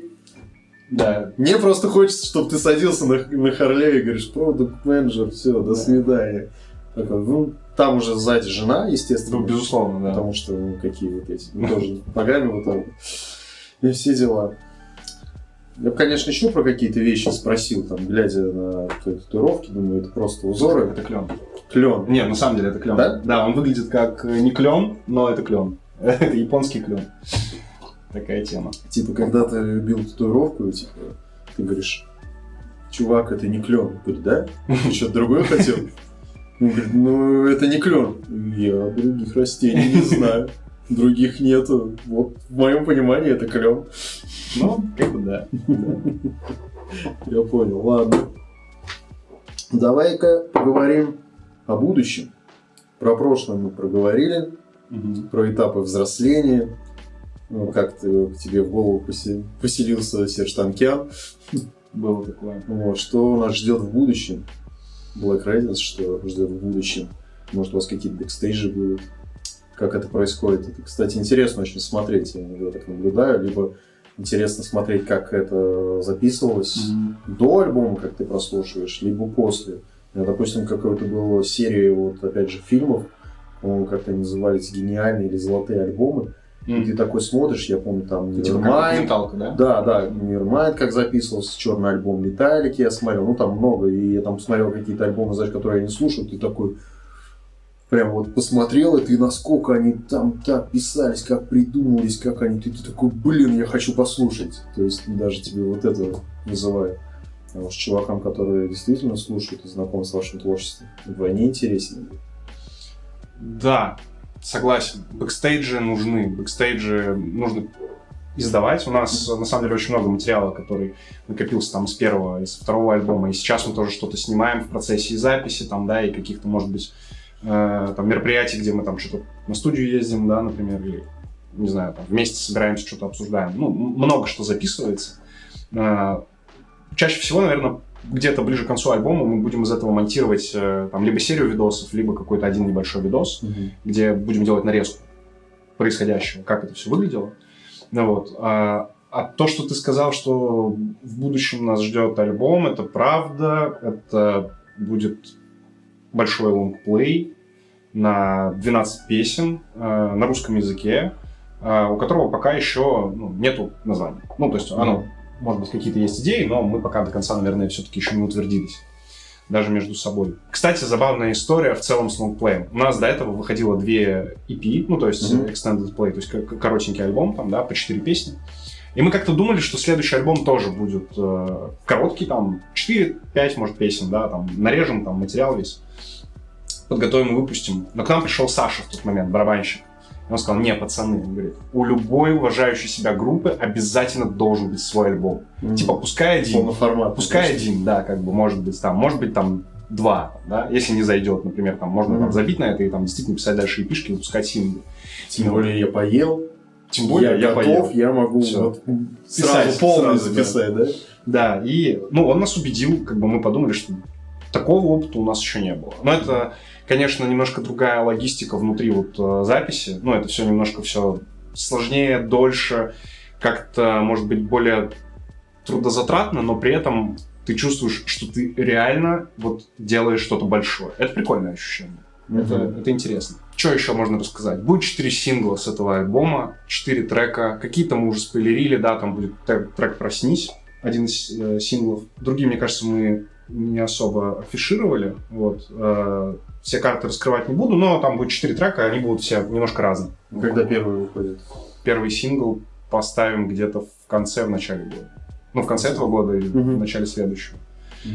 Все дело в том, что Коля, наш вокалист, который был бы здорово, если бы он был здесь сегодня, да, он на данный момент работает в Сербии, и у него сейчас есть некоторые, логистические сложности при записи вокала, да, то есть он пока только туда переехал, там обустраивается на время своей работы, да, там, потом он вернется к нам, мы будем снова играть концерты, да, а сейчас его там задача это обустроиться, и когда он там весь свой быт хотя бы такой базовый сможет наладить, тогда уже он пойдет на студию писать вокал. Я надеюсь, что это будет в следующем месяце. На сербскую студию. На сербскую студию. Это вообще, да, и я сам в моменте об этом задумался, что, мы немножко worldwide стали в этот момент.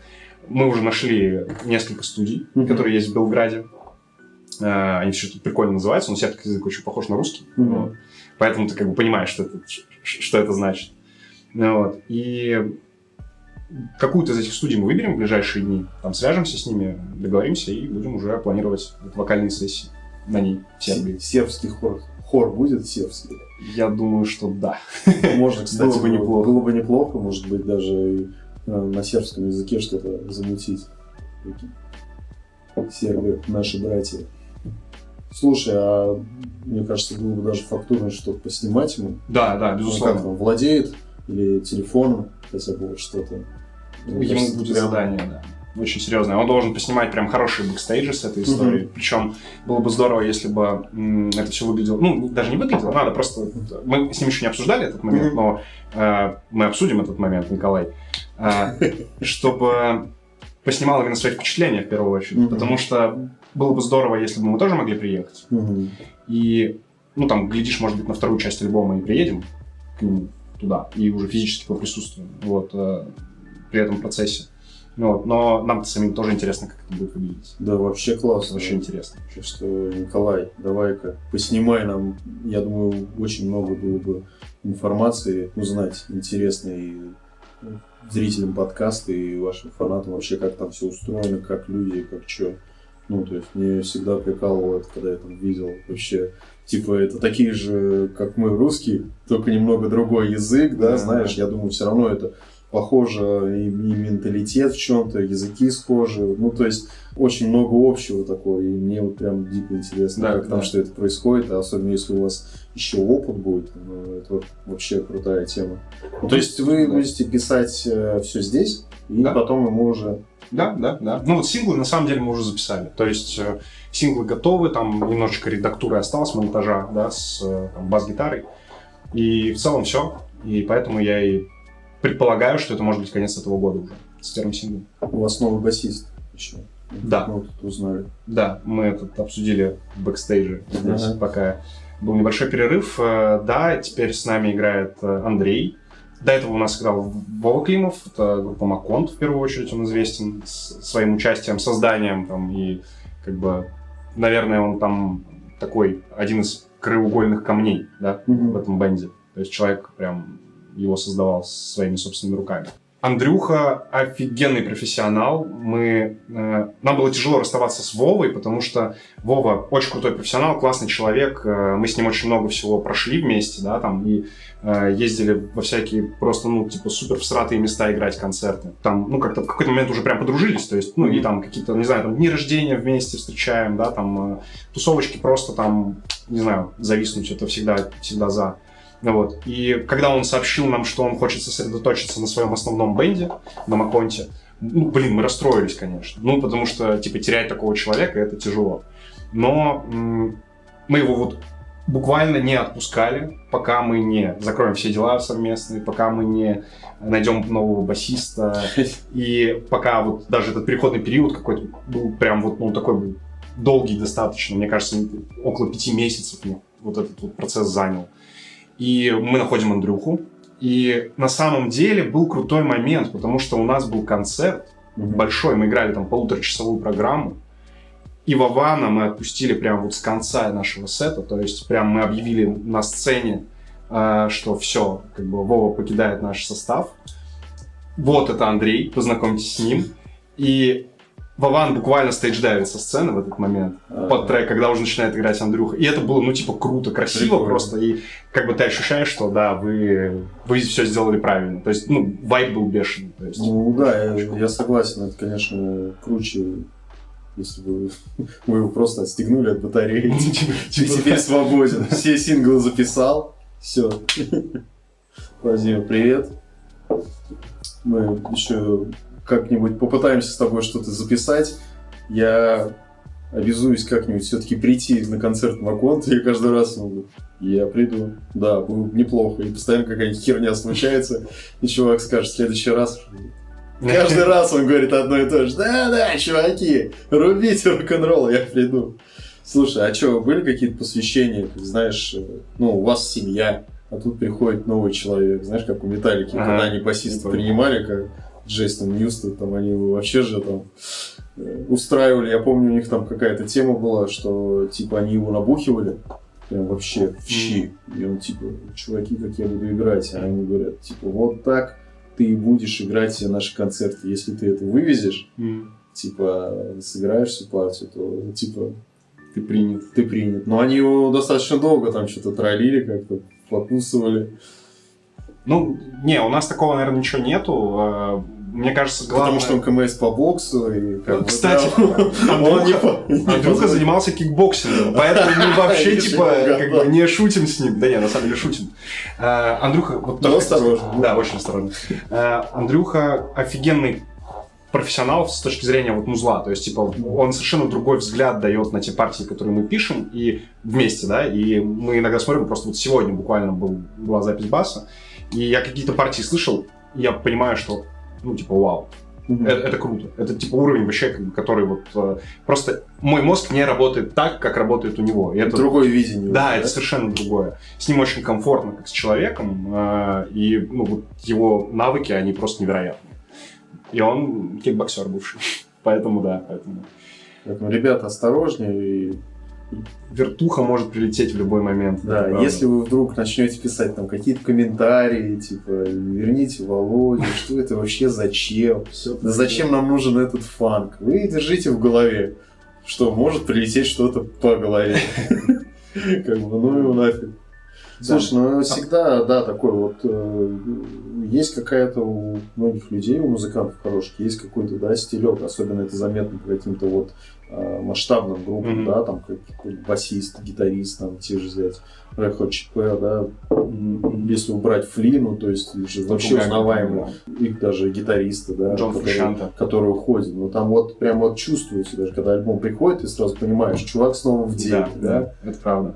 Какие-то вот именно особенности у человека, по-другому мозг работает. Опять же, это же неплохой симбиоз, да, получается, когда, допустим, ты рос на одной музыке, возможно, там, металлическая, да, там какая-то, или там метал, там, System of Down, а человек вообще фанк, да, там всю жизнь слушал, ну и там иногда переступал там что-то к металлу ближе, и у него немного по-другому. И вот это друг на друга наслаивается, и получается уже такое более аутентичное, характерное музло. Если получается искать компромиссы и работать, ну, именно, типа, по-взрослому, а не как, там, не знаю, когда, может быть, какие-то там, те же самые, как мы в первой части подкаста там говорили о том, что, типа, вот ты принес пацанам, они сказали, говно, ты обиделся, да? Вот. Нет, когда это конструктивно, когда это поиск наилучшего варианта для всех, то есть даже это, я бы даже не назвал это, наверное, компромиссом, это именно такое, ну, как бы, осмысление, короче, того, как вы работаете. Тогда получается реально крутой симбиоз. Потому что все немножко по-разному, все немножко с разным бэкграундом приходили, да, то есть Саша барабанщик, он, ну, больше, у него прогрессив какой-нибудь, то есть он прям любит сложные конструкции, там, размерчики, там, поиграться с ними, и вывозит как бы это все в своих партиях совершенно спокойно. И при этом как бы он умеет играть и там супер простые вещи, да, как бы. Он никогда не будет там кусать губу, типа, и говорить, что, блин, не, пацаны, давайте навалим посложнее. Ну, вот. Он как бы, если он чувствует, что в вайбе песни нужно сделать проще, он сделает проще. Ну, это очень круто, да, потому что многие, да, знаешь, очень тяжело работать с охрененным музыкантом, которому, ну, скучно вот это играть. А есть же охрененные музыканты, которые понимают, что, ну, допустим, если мне нужно на басу, тут надо это сыграть. На одной ноте, надо ее сыграть, это да. Действительно оправданно. Это очень круто, когда у тебя есть скиллы, чтобы навернуть там, да, но ты такой стопоришь себя, типа, я могу всю песню там. Да, но, просто сплошное соло новое. Но это уже будет какой-то, я не знаю, джаз или вот что-то еще. Типа, будет дрочево по факту просто. Барабанное соло, соло бас-гитариста, там, гитаристы, вокалист там по всем октавам бегает. Да, здесь нужно как-то... И иногда эго, наверное, свое немножко, да? Да. Это какое-то... Мы даже, может быть, не осознаем его, но оно все равно, видимо, как-то включается. Типа, да блин. И надо как-то уметь с этим и работать. Ну вот в этом симбиозе в целом появляется нормальная музыка. Потому что, опять же, там Антоха, наш основной композитор, да, в каком-то смысле. Это человек, у которого очень разнохарактерный бэкграунд. То есть он и русский хардкор слушал много, и зарубежный хардкор. То есть, ну, именно не там пост-хардкор, да, а именно вот этот вот прям, ну, именно хардкор. Там потом как-то много-много слушал разной музыки, да. И периодически он скидывает, он любит всякую британскую музыку, например. Типа, в целом ему очень нравятся там всякие странные британские группы, типа Slaves, например. И он такой, блин, я прям кайфую. И ты такой, типа, ну да, ну как бы, и за счет вот того, что он приносит какую-то такую историю, да, там, у нас с Николаем, с вокалистом, очень близкие взгляды на музло, там, плюс-минус, как бы, все пересекается, вот, мы там какую-то свою телегу качаем. Саша добавляет прогрессивщины, да, там, Андрюха приносит там, свой вклад в виде, да, там, какой-то такой прям осознанный, интересный, тоже сложно сочиненной гармонии, короче. И вот получается музло. Главное не переборщить, и главное всем вовремя сказать, типа, так, нет, пацаны, все, мы сделали сложно, давайте упростим где-то, да, а где-то мы можем, ну, повыпендриваться там в полный рост, типа, вообще не вопрос. Особенно на концертах, типа, плевать. Ну да, здесь же такая грань, нужно не перейти немножко. Да? Когда ты начинаешь накидывать, там у тебя уже в одной песне несколько тем, и этот трек можно было, в принципе, из него 4 сделать отдельные, да, а ты все в одно начинаешь. Ну, в этом и красота музыки, понимаешь? И с другой стороны, здесь какая история? С одной стороны, это хорошо, когда мнения разные борются, чем был бы, допустим, у тебя коллектив из статистов, которые могут все сыграть, наверное, такие, ну, давай, чувак, что ты там придумал, ты так и так и так. И нету такого сопротивления, которое тебе скажет, нет, нифига, давай вот так сделаем, что тебе даже в голову не пришло. Потому что это видение одной будет, ну, одной головы, а здесь как дракон у тебя, Змей Горыныч. Разные головы, они по-разному думают. Ну, вот реально, да, наверное, самое сложное просто это, чтобы собрался такой коллектив, который готов вот этим Змеем Горынычем работать. Ну, потому что, типа, это реально сложно. Тут еще вопрос там микроклимата, да, там, внутри коллектива. То есть, как бы мы, например, никогда не хотели, чтобы наше музло превращалось в какое-то дикое дрочево, когда мы все там садимся и начинаем, опять же, может быть, конфликтовать в каком-то виде. Потому что, ну, у нас были такие периоды в коллективе, у нас несколько составов поменялось, да, перед тем, как вот мы пришли к этому виду. Тут нужно сказать, что изначально, как бы, с самого первого состава осталось 2 человека, я и Николай. Как бы почти сразу там к нам присоединился Тоха, и как бы он большую часть истории группы, да, как бы является вот, там, таким путеводным камнем. Я не знаю, блин, как это правильно назвать. Короче, человек, который двигает этот локомотив вперед в плане вот композиции именно. И у нас были разные периоды, там, с разными музыкантами, с разными там, товарищами, с которыми мы работали. Периодически это было невыносимо тяжело. В какой-то момент мы поняли, что микроклимат и настроение, которое рабочее и адекватное, уважительное типа, музыкантам, это типа самая база, которая вообще должна быть. Без нее типа все обречено на провал. Можно там, даже если музыканты хорошие, вы можете написать какой-то хороший альбом, потом вы просто возненавидите друг друга, и на этом все закончится. Слушай, ну, многие группы мы просто же не знаем, даже высокие. Мы думаем, только они все там друзья. Конечно, Многие-то ездят уже там в разных трейлерах давно и, в принципе, начинают общаться только когда на сцену выходят. Они такие, окей, привет, а выходят уже такие, все, чувак. Мы вот записали несколько крутых альбомов платиновых, которые все слушают, но давай вот оставим их, будем играть, да, вот как и прежде. И вот на этом пока закончим, может быть, поэтому-то и нет. Ну, видишь, это же еще история про бабло. Если группа зарабатывает бабки, то это, ну, это другой фактор совершенно. Да. И тогда, типа, ты уже должен реально там, ну, как бы понимать, что ты наемный работник по факту, скорее всего. Либо ты, может быть, один из учредителей, да, вот этого коллектива. И это, ну, это одна история. А когда вы пробираетесь сквозь андерграунд, там, да, какие-то пытаетесь там, ну, построить свою вот эту вот историю полностью с нуля, то первое время, да и как бы, ну, там, наверное, большую часть времени существования коллектива речь-то не идет про бабло. Она идет про то, что ты вкладываешь бабло в этот процесс. И на энтузиазме все идет. Да, и как бы, ну, а здесь нереально скрепить всех, кроме как просто нормальным отношением и интересным материалом, который будет интересно играть всем.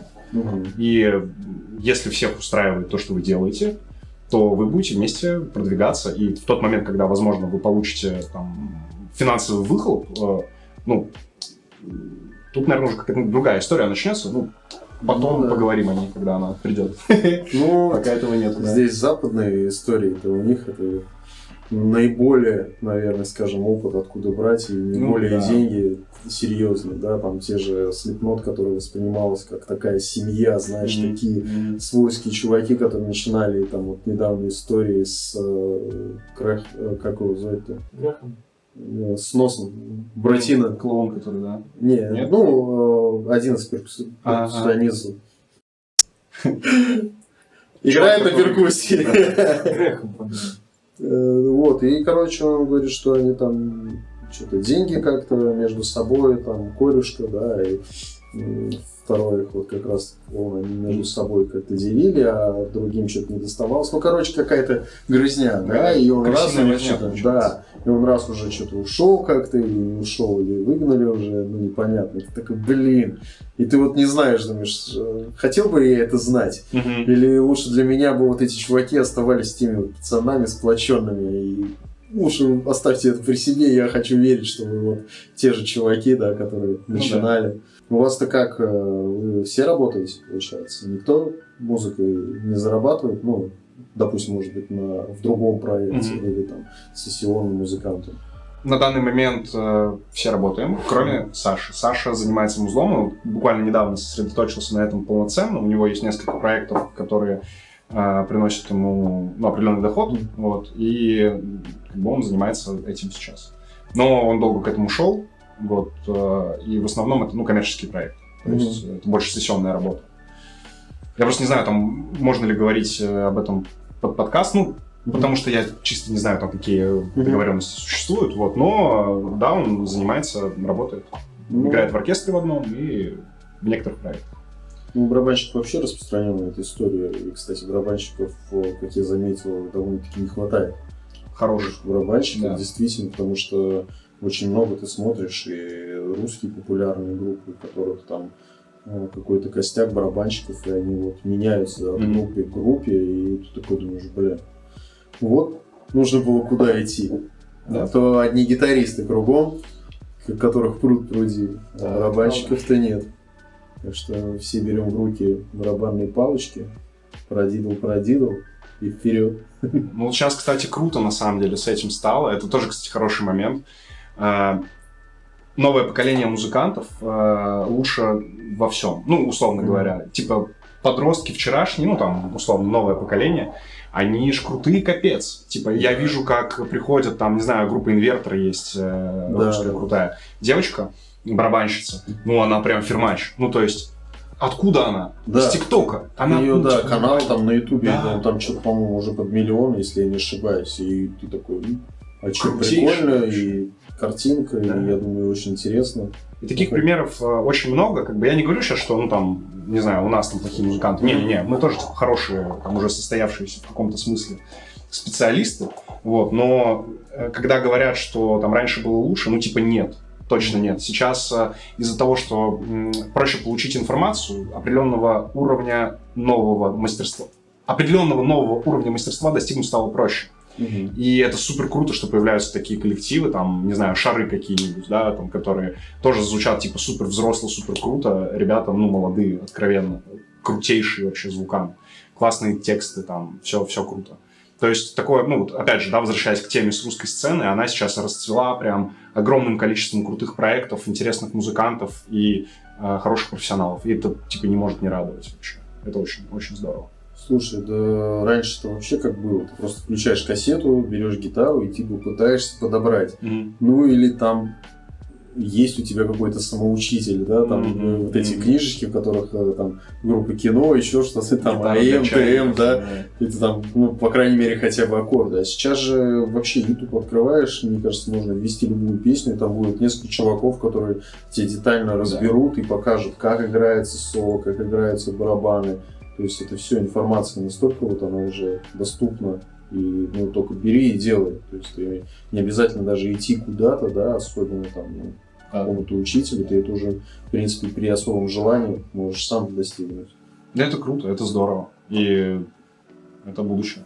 Ну, согласен. Но с другой стороны, здесь какая история, что из-за того, что очень много сейчас музыки, ну, прям максимально много. То есть, когда мы слушали, то ли ее так не было, то ли действительно из-за того, что был очень порог вхождения небольшой, ну, то есть нужно было как-то попасть на студию, как-то это записать. Да. То есть не было такого, что в каждом доме чувак сидел там, ну, со звуковой картой и там накидывал и записывал все отдельно, и получали вменяемый результат. Это было действительно, и нужно было эту музыку как донести, ее нужно было записать на кассету, там, на диск, как ты знаешь. Вот, как на радио как-то вот попасть в телевизор, на какой-то канал, там, либо на наше радио, либо там Иван, когда начинался, да, куда-то. Сейчас же есть YouTube, там тоже ты его запиши и закидывай, но другой вопрос из-за того, что низкий порог вхождения, и групп много, ты открываешь любой паблик, у тебя ВКонтакте введи там слово рок, и у тебя там будет 50 пабликов с рок-музыкой, в каждый ты заходишь, и там в день 10 релизов, которые ты вот так вот прокручиваешь, и даже, мне кажется, меломаны не слушают так альбом, как раньше. Ну, про это мы уже, не первый подкаст я про это говорю, потому что это сколько, 3 секунды, ты раз, он включил, промотал на середину, потом так, посмотреть. на середину, другую, вторую, третью песню, что-то не зашел вокал или что-то. И про это я и говорю, что если у тебя будет плохой, там, возможно, звук, он даже испугался взглядом, вернулся. потому что, ну нафиг. Вот, и у тебя, может быть, не быть шансов просто, что тебя кто-то услышит. И поэтому среди вот этого тебе действительно нужно как-то вот... Это да, это тема. Это тоже, знаешь, иногда ты думаешь, может быть, нужен какой-то фильтр, чтобы какой-то чувак, там, условно говоря, как-то не цензурировал, но, условно говоря, отделял, типа, ну вот это вот прикольно, как, знаешь, музыкальные критики. Но, с другой стороны, мы все знаем, как музыкальные критики работают, у них свое мышление. Многие группы, которые действительно крутые, они в свое время так засирали. И большинство из них засирали, говорит, что это вообще недостойно ничего. Это что-то непонятное, это никакие альбомы, а потом эти альбомы там платиновые становятся. Правда. Поэтому нужны ли такие вот критики с другой стороны? Тут палка с двух концов. Как лучше? Ну, мы в этой действительности сейчас живем. Согласен. Но это правда. Еще все, о чем ты говоришь, это очень серьезная, на самом деле, такая дилемма, да, современная, что потреблять мы стали очень быстро, музло. И ты прав, типа, каждую пятницу ты просто открываешь, там, не знаю, новинки, там, на Spotify, там, у кого есть он, или там Яндекс.Музыки даже, и ты просто... Ну, какой-то агрегат, даже агрегатор просто сейчас хрена просто. Да. Ты в каком сидишь? Контакт, что у тебя? Яндекс, Apple, Spotify, ну, в любом из них музыка есть, и даже агрегаторов настолько много, это уже не один канал. Да. И действительно все не отслушать, но я просто как бы со стороны, может быть, слушателя, ну, там, я честно, в последнее время в основном слушаю всякие рандомные подборки, там, типа «Моя волна» от Яндекс.Музыки, когда просто мне накидывает все подряд, и я действительно слушаю это полминуты, и если мне нравится, я дослушаю. Если нет, я просто, типа, свайп вправо, до свидания, как бы все. Вот. Когда речь заходит о нас, о группе, да, мы, ну, понимаем эту проблему. Мы понимаем, что, типа, ты не можешь просто взять, выпустить альбом и его послушать. Да. И, ну, так это уже не работает. Не работает. Мы, как бы, у нас есть наши ребята, с которыми мы сотрудничаем, как с рекламным агентством, наверное, скорее. То есть вот на новом альбоме мы уже будем использовать их как лейбл и как вот поддержку в плане рекламы. Потому что это, безусловно, то, во что нужно вкладывать деньги. Иначе ты не сможешь донести просто свое творчество до определенных людей. Как бы нужно пытаться попасть в эти алгоритмы. И если ты сам не можешь... Я очень завидую людям, которые разбираются, да, там, в social-media маркетинге, там, может, в каких-то там типа нюансах там, размещения там, рекламы. Это круто. К сожалению, я не освоил этот вопрос. Поэтому у нас есть, условно, наши товарищи, которые нам помогают в этом. Ну, вот мы с ними будем продумывать какую-то рекламную концепцию там, вот нашего альбома, как мы с ним будем работать. И, ну да, мы будем выделять под это бюджет, безусловно. Ну да, надо двигать эту историю, потому что для тебя, для музыкантов это событие. И большинство музыкантов сейчас как думают, ну я сейчас запишу альбом, до сих пор люди так думают, ну сейчас там вот он просто разорвет.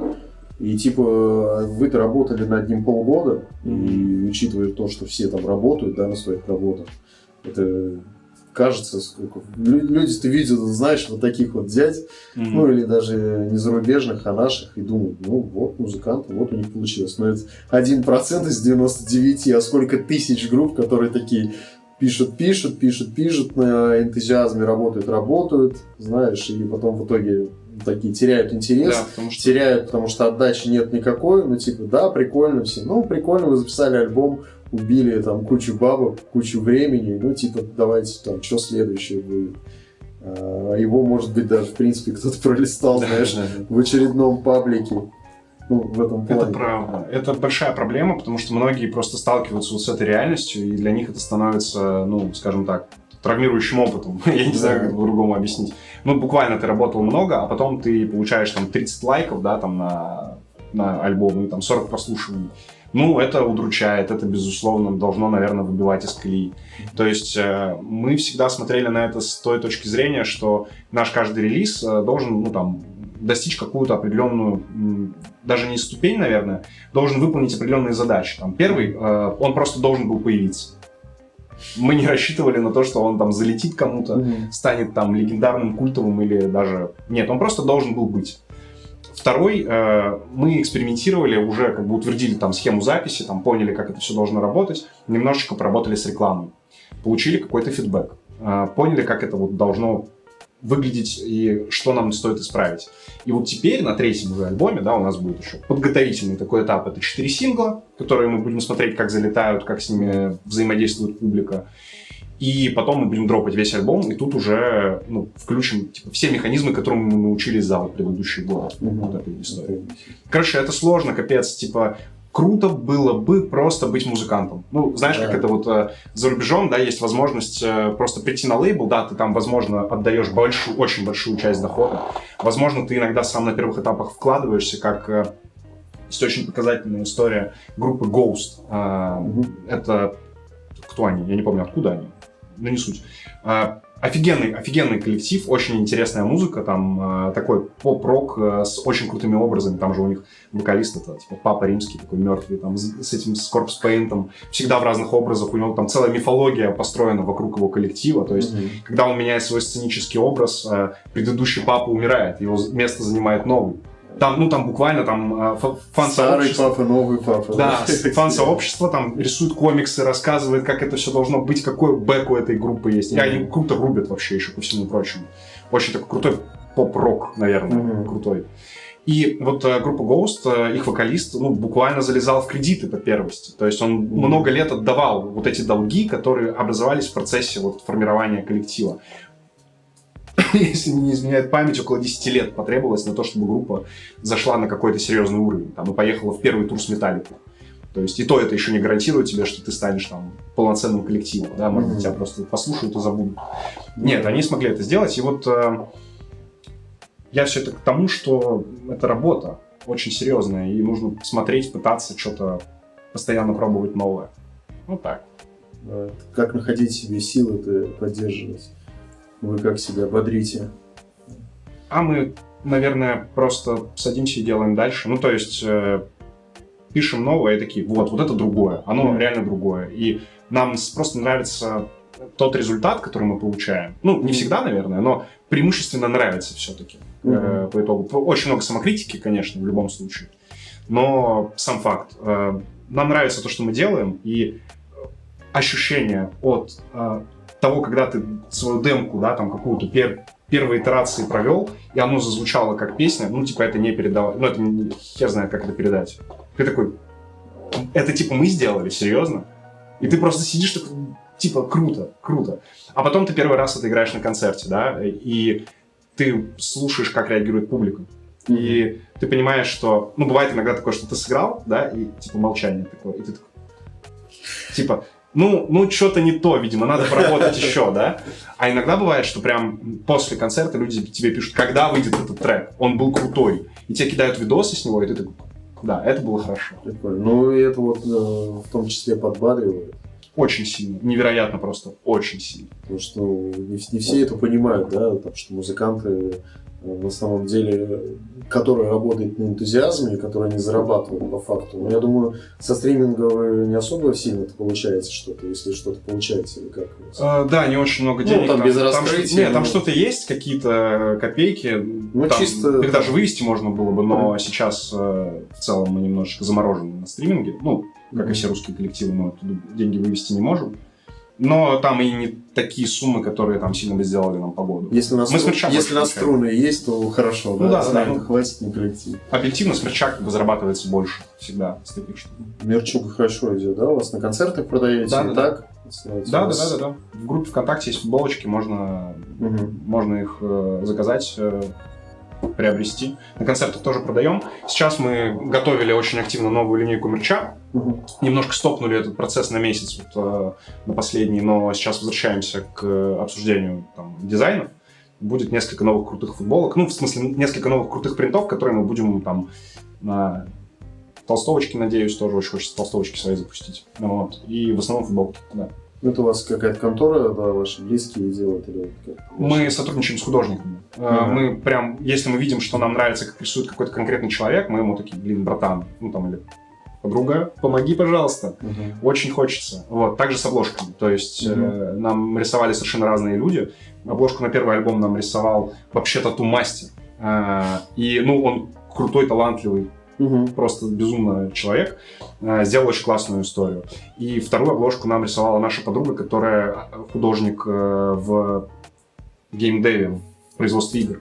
То есть, просто... Разные. Да, совершенно разное, но мы видели, что это может залететь. Нам имеется в виду. Вот. И сейчас мы тоже выбираем, с кем бы поработать на третий альбом по обложке, на синглы и на мерч. Вот. Поэтому это всегда тоже, кстати, отдельная история, потому что мы пытаемся что-то придумать, приходим к художнику, он делает совершенно по-другому, и чаще всего мы такие, вау. А это не то, что мы хотели, но это круто. Поехали, все, берем. Это классно, когда такое. Да. То есть следующий альбом вполне возможно, это просто как раньше выжигали, знаешь, по дереву. Да.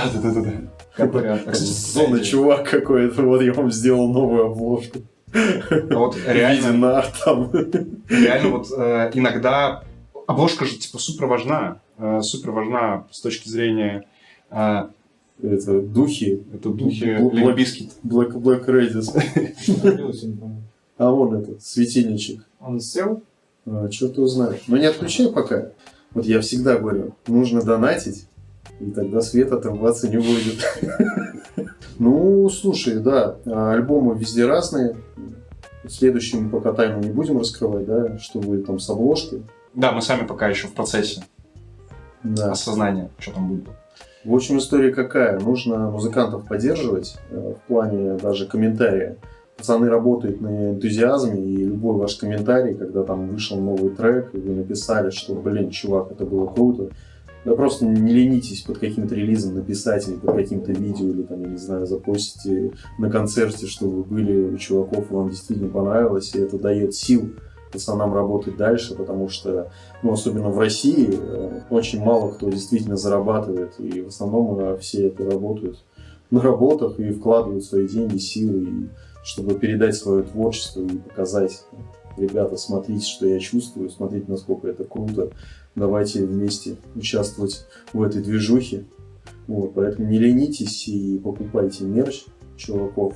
У вас же можно его заказать, да? Да, Там, да. Там, ВКонтакте группа какая-то, или у вас ВКонтакте. сайт какой-то. Вы на что делаете-то у нас основной упор? Ну, на данный момент это ВКонтакте. Раньше был Инстаграм, сейчас, понятное дело, там это немножко менее активная, да, площадка. Ну, у нас есть канал в Телеге, там мы просто зубоскалим обычно в каком-нибудь виде. Ну, то есть, типа, если ВКонтакте это такая, типа, официальная площадка, где релизы, новости, какие-то там контент появляется, то в Телеге можно просто записать пьяный войс, и, типа, твои кореша его послушают. Там не очень много подписчиков, но это весело. Да, ну, свои именно. Да, ну, то есть, как бы, чем больше там народу будет, тем более всратый контент, мне кажется, там будет, поэтому... Потому что ответственности все равно никакой нету. То есть, когда ты постишь что-то ВКонтакте, то это, ну, да, это увидит там 1500 человек, да, которые на тебя подписаны. Еще больше захвата, да. А в Телеге там 40 человек, ты такой, здорово. Так, хотел я еще уточнить историю с клипами. У вас есть видео, которые вы делали, ну, то есть, как лайвом вы записывали, да, а вот каких-то таких конкретных идейных клипов нету. Это с чем-то связано? Не находите чувака, какого-то режиссера? Или как, и как вообще к клипам относитесь? Типа, стоит ли его каким-то идейным снимать? Или нужна ли вообще идея, которая подчеркивает вашу песню? Ну, дополнительный смысл раскрывает тех, кому, возможно, было непонятно. Или параллельная должна быть? Что вообще думаешь? Клипы — это супер важная, нужная вещь. Это просто одна из, наверное, основ вот сейчас, как твое музло может прийти к слушателю, к тому, кто будет это смотреть. Мы хотим снять клип, у нас даже какие-то идеи были, да, там, на некоторые треки, но мы всегда упирались в то, что мы хотим снять реально крутой продукт, на который нужно было вложить либо много денег, которых на тот момент у нас не было, либо там исполнить его там с технической точки зрения было нереально с теми там ресурсами, которые у нас были. Мы планируем снимать клипы, ну, все по-разному, да, как бы относятся. Кто-то любит с сюжетом, кто-то просто красивый. Мы хотим найти какую-то свою формулу, во-первых. И мы вообще большие фанаты с пацанами посмотреть какой-нибудь клипак. У нас даже был стрим, по-моему, на 2 часа, где мы просто смотрели клипы. Камера на нас, клипы показываем, обсуждаем их, там, смеемся. Там, Ну, и прикольно, все смотрели, вот, начиная там каких-то аниме-опенингов, которые нам скидывали в комментарии, там, типа, посмотрите, что это такое. Каким-то супер, типа, конченным шансоном, который тоже там очень смешно было. Мы реально угорали просто и чуть ли не плакали. Так и серьезные клипы, где классный сюжет, и где, например, очень красиво там картинка поставлена, вот. Короче, здорово. На самом деле, надо повторить обязательно эту штуку. Давно думаю, конечно. замутить стримчанский, было прям весело. Ну, я на самом деле согласен с тобой по поводу клипа, потому что мы же все смотрим клипы, на которые там все равняются. Да? Когда, если ты начнешь с точки зрения съемок, ты начинаешь, ага, здесь нужно перекрыть город, здесь массовка, здесь свет, здесь там машина у них, да, полетела, да, то есть у тебя в голове там клип Металлика, там, Disappear, да, где они под миссию невыполнимо снимают, где там Хэтфилд на Мустанге там летит, лассует, там по зданию бежит, с него выпрыгивает, а они вообще играют на каньоне, и ты такой, клево бы снять такое, но по факту ты такой думаешь, это выглядит не так будет, я понимаю, и есть ли смысл, чтобы это выглядело не так, лучше, может быть, он вообще не нужен, да, если идея не удовлетворяет идею твою, да, не раскрывает ее полностью. Ну, либо как вариант, нужна просто какая-то крутая, хорошая идея, потому что есть же очень много классных бюджетных клипов, которые сняты, типа, там, ну, на iPhone, условно говоря. Максимально простые, но идея крутая. Да, там либо идея, либо какая-то фишка в них есть. То есть, там, либо композиция какая-то, либо там какие-то, не знаю, фишечки, да, в общем. пока у нас, наверное, такая идея не пришла, но мы, наверное, стремимся к тому, чтобы с двух сторон зайти, да? То есть, с одной стороны, снять какую-то реально классную концепцию, найти ее, да, там, найти хорошего режиссера, там, продумать сюжет, там, как-то все это организовать. Ну, естественно, там, в рамках своих, да, там, финансовых возможностей. А с другой стороны, мы всегда ходим и думаем, типа, давайте сделаем что-нибудь очень простое, но надо подумать, нужна идея. Вот. И когда она появится, я уверен, что это произойдет, потому что идеи у нас в целом хорошие по жизни. Вот. Я думаю, это будет круто. Вот. И вот пока мы в поиске. Сделаем обязательно.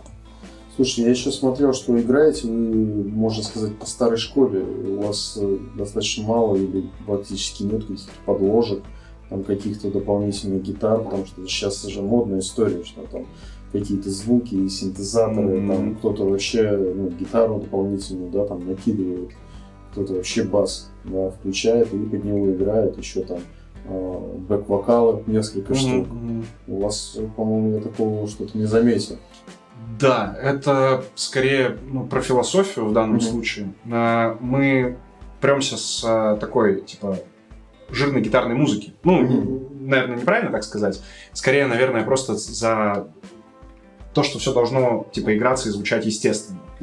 И у нас есть какие-то там саунд-дизайнерские штуки вот на втором EP, который называется Place Where Journey Ends. Там какие-то там шумы, там дополнительные штучки, да, мы их там вставляли, потому что, чтобы не звучало пусто, чтобы добавить атмосферы. И мы будем продолжать этим заниматься. Также мы на новом альбоме, уже полноформатном, у нас будет определенная секция там каких-то синтов где-то, которые будут добавлять, да, атмосферу. Где-то это будет тоже какие-то FX интересные. Мы над этим работаем, думаем, будем это все дизайнить уже чуть позже, но, короче, это никогда не должно быть, ну, в нашем понимании, наверное, типа основополагающей штукой. Типа, если ты вытащишь это из трека и сыграешь это на концерте, люди такие, что это было? Это вообще другая песня. То есть, условно говоря, я не могу себе представить какой-нибудь там Sam Eternal, там Bring Me The Horizon, да, откуда вытащат все синты, да, то есть, типа, это же будет, это будет другое, это будет сырая какая-то штука. Именно поэтому у них есть вот товарищ, там, который Фиш, да, у него фамилия, который стоит за этими синтами и наяривает их, или что-то там в бэктрек включает там с пэдов. Ну, и он еще сам там бэк-вокалы плохие-то делает. Лучше, чем Сайкс в какой-то момент делал, прям однозначно. У него такой вокал, знаешь, он не характерный, да, если у Сайкса, у него такой вот узнаваемый, знаешь, вот именно. У него он, конечно, вот, как в плане бэк-вокала, он прям идеальный. Он делает четко, ровно, и как будто, знаешь, такой безличный голос, который прям подойдет и который охрененно прям подкрашивает основного вокалиста, который там может, знаешь, пришептывать, да, там что-то под хрипку, да, какие-то вставляет, но вот он держит такой, знаешь, бетончик сзади, который прям вот мне это, да. И очень круто, что вы действительно делаете по старой школе, потому что очень много накидывают, и потом либо нужны подложки, либо без них, когда отрубаешь, действительно уже, ну, блин, вообще теряется. А здесь, по крайней мере, у вас уже именно разложено все так, да, как старая добрая Нирвана, да. Там они вот как практически на записи, так же и здесь, да. Ну, там, ну, и есть, да, там понятно, что там у них даблы, да, там на голосе были, там чуть помощнее звук, но в целом, что ты на концерте слушаешь, что на записи, там не особо-то картина сильно-то меняется. Да. Это очень круто. Респектую вам за эту историю. Спасибо. Так, ну, давай, наверное, еще максимальный бросок вперед напоследок. Что вы в будущем, как вы себя видите, там, условно говоря, берете Уэмбли, там какие-то площадки, хотите, не знаю, там DVD свой снять вдруг. Все такие DVD, что это такое? А мы хотим DVD. Да. Вот. Кассет, на самом деле VHS-кассет, концерт на VHS-кассете, да. Вот это вещь. И похрен, как вы это будете смотреть. Да, да. То есть это же тоже будет такой челлендж. Просто записывайте, и все такие... Покупайте еще видак. Вообще это круто, реально. И ты можешь же и видак продавать вместе с кассетой. Да. Что ждать в будущем? Каким вы себя, наверное, видите? Цель какая? Цель совершенствовать свою подачу, материал, форму, содержание, заниматься этим. Как бы, ну, есть цели, там, условно, там, на короткий промежуток времени, там, сейчас там, записать там, гитару, записать бас, там, свести альбом. Есть цели более долгоиграющие. Ну, наша, наверное, задача максимум, да, это спокойно турить, то есть кататься. я просто верю, что даже с маленьких туров, там, ну, это как снежный ком, то есть потом ты как бы будешь их играть больше городов, больше там залов. Вот. Задача, ну, выйти на тот уровень, когда ты можешь спокойно турить. Потому что мы лишены этого были в течение последних лет, да, когда у нас была уже возможность и материал, с которым мы могли ехать. Это наша такая основная задача. Уэмбли, блин, ну, типа, объективно, как бы, вряд ли, да, то есть, но чем черт не шутит, просто масштабировать, короче, свой подход к музыке. То есть, возможно, где-то там маленькими шажками, возможно, где-то там какими-то рывками прям большими. То есть выпускать материал, может быть, чуть-чуть чаще, хотя, опять же, не каждую пятницу абсолютно, да, но просто чаще. Там, хотя бы, чтобы регулярно выходили какие-то новые штуки. И чтобы просто нас слушало больше людей, не каких-то людей, а тех, кому это будет заходить и кого это будет как-то цеплять. Все. Это такая самая большая задача. Ну, короче, двигаемся вперед, не останавливаемся на достигнутом. Больше, выше, сильнее, кочевее, осмысленнее, металлевее. И да будет рок. Ну что, спасибо, что пришел. Было Спасибо приятно вам. Пообщаться. Да. Было очень круто. Очень круто, правда, согласен. Спасибо. Всем пока. Приходите на концерты, покупайте мерч, кидайте донаты уже. Ну, что за дела? Это обязательно нужно. И с наступающим Новым годом, скорее всего. Да, с наступающим Новым годом. Новый год будет круче, чем предыдущий. Мы будем на это надеяться. А куда без надежды? Всем рок, всем Новый год. Пока.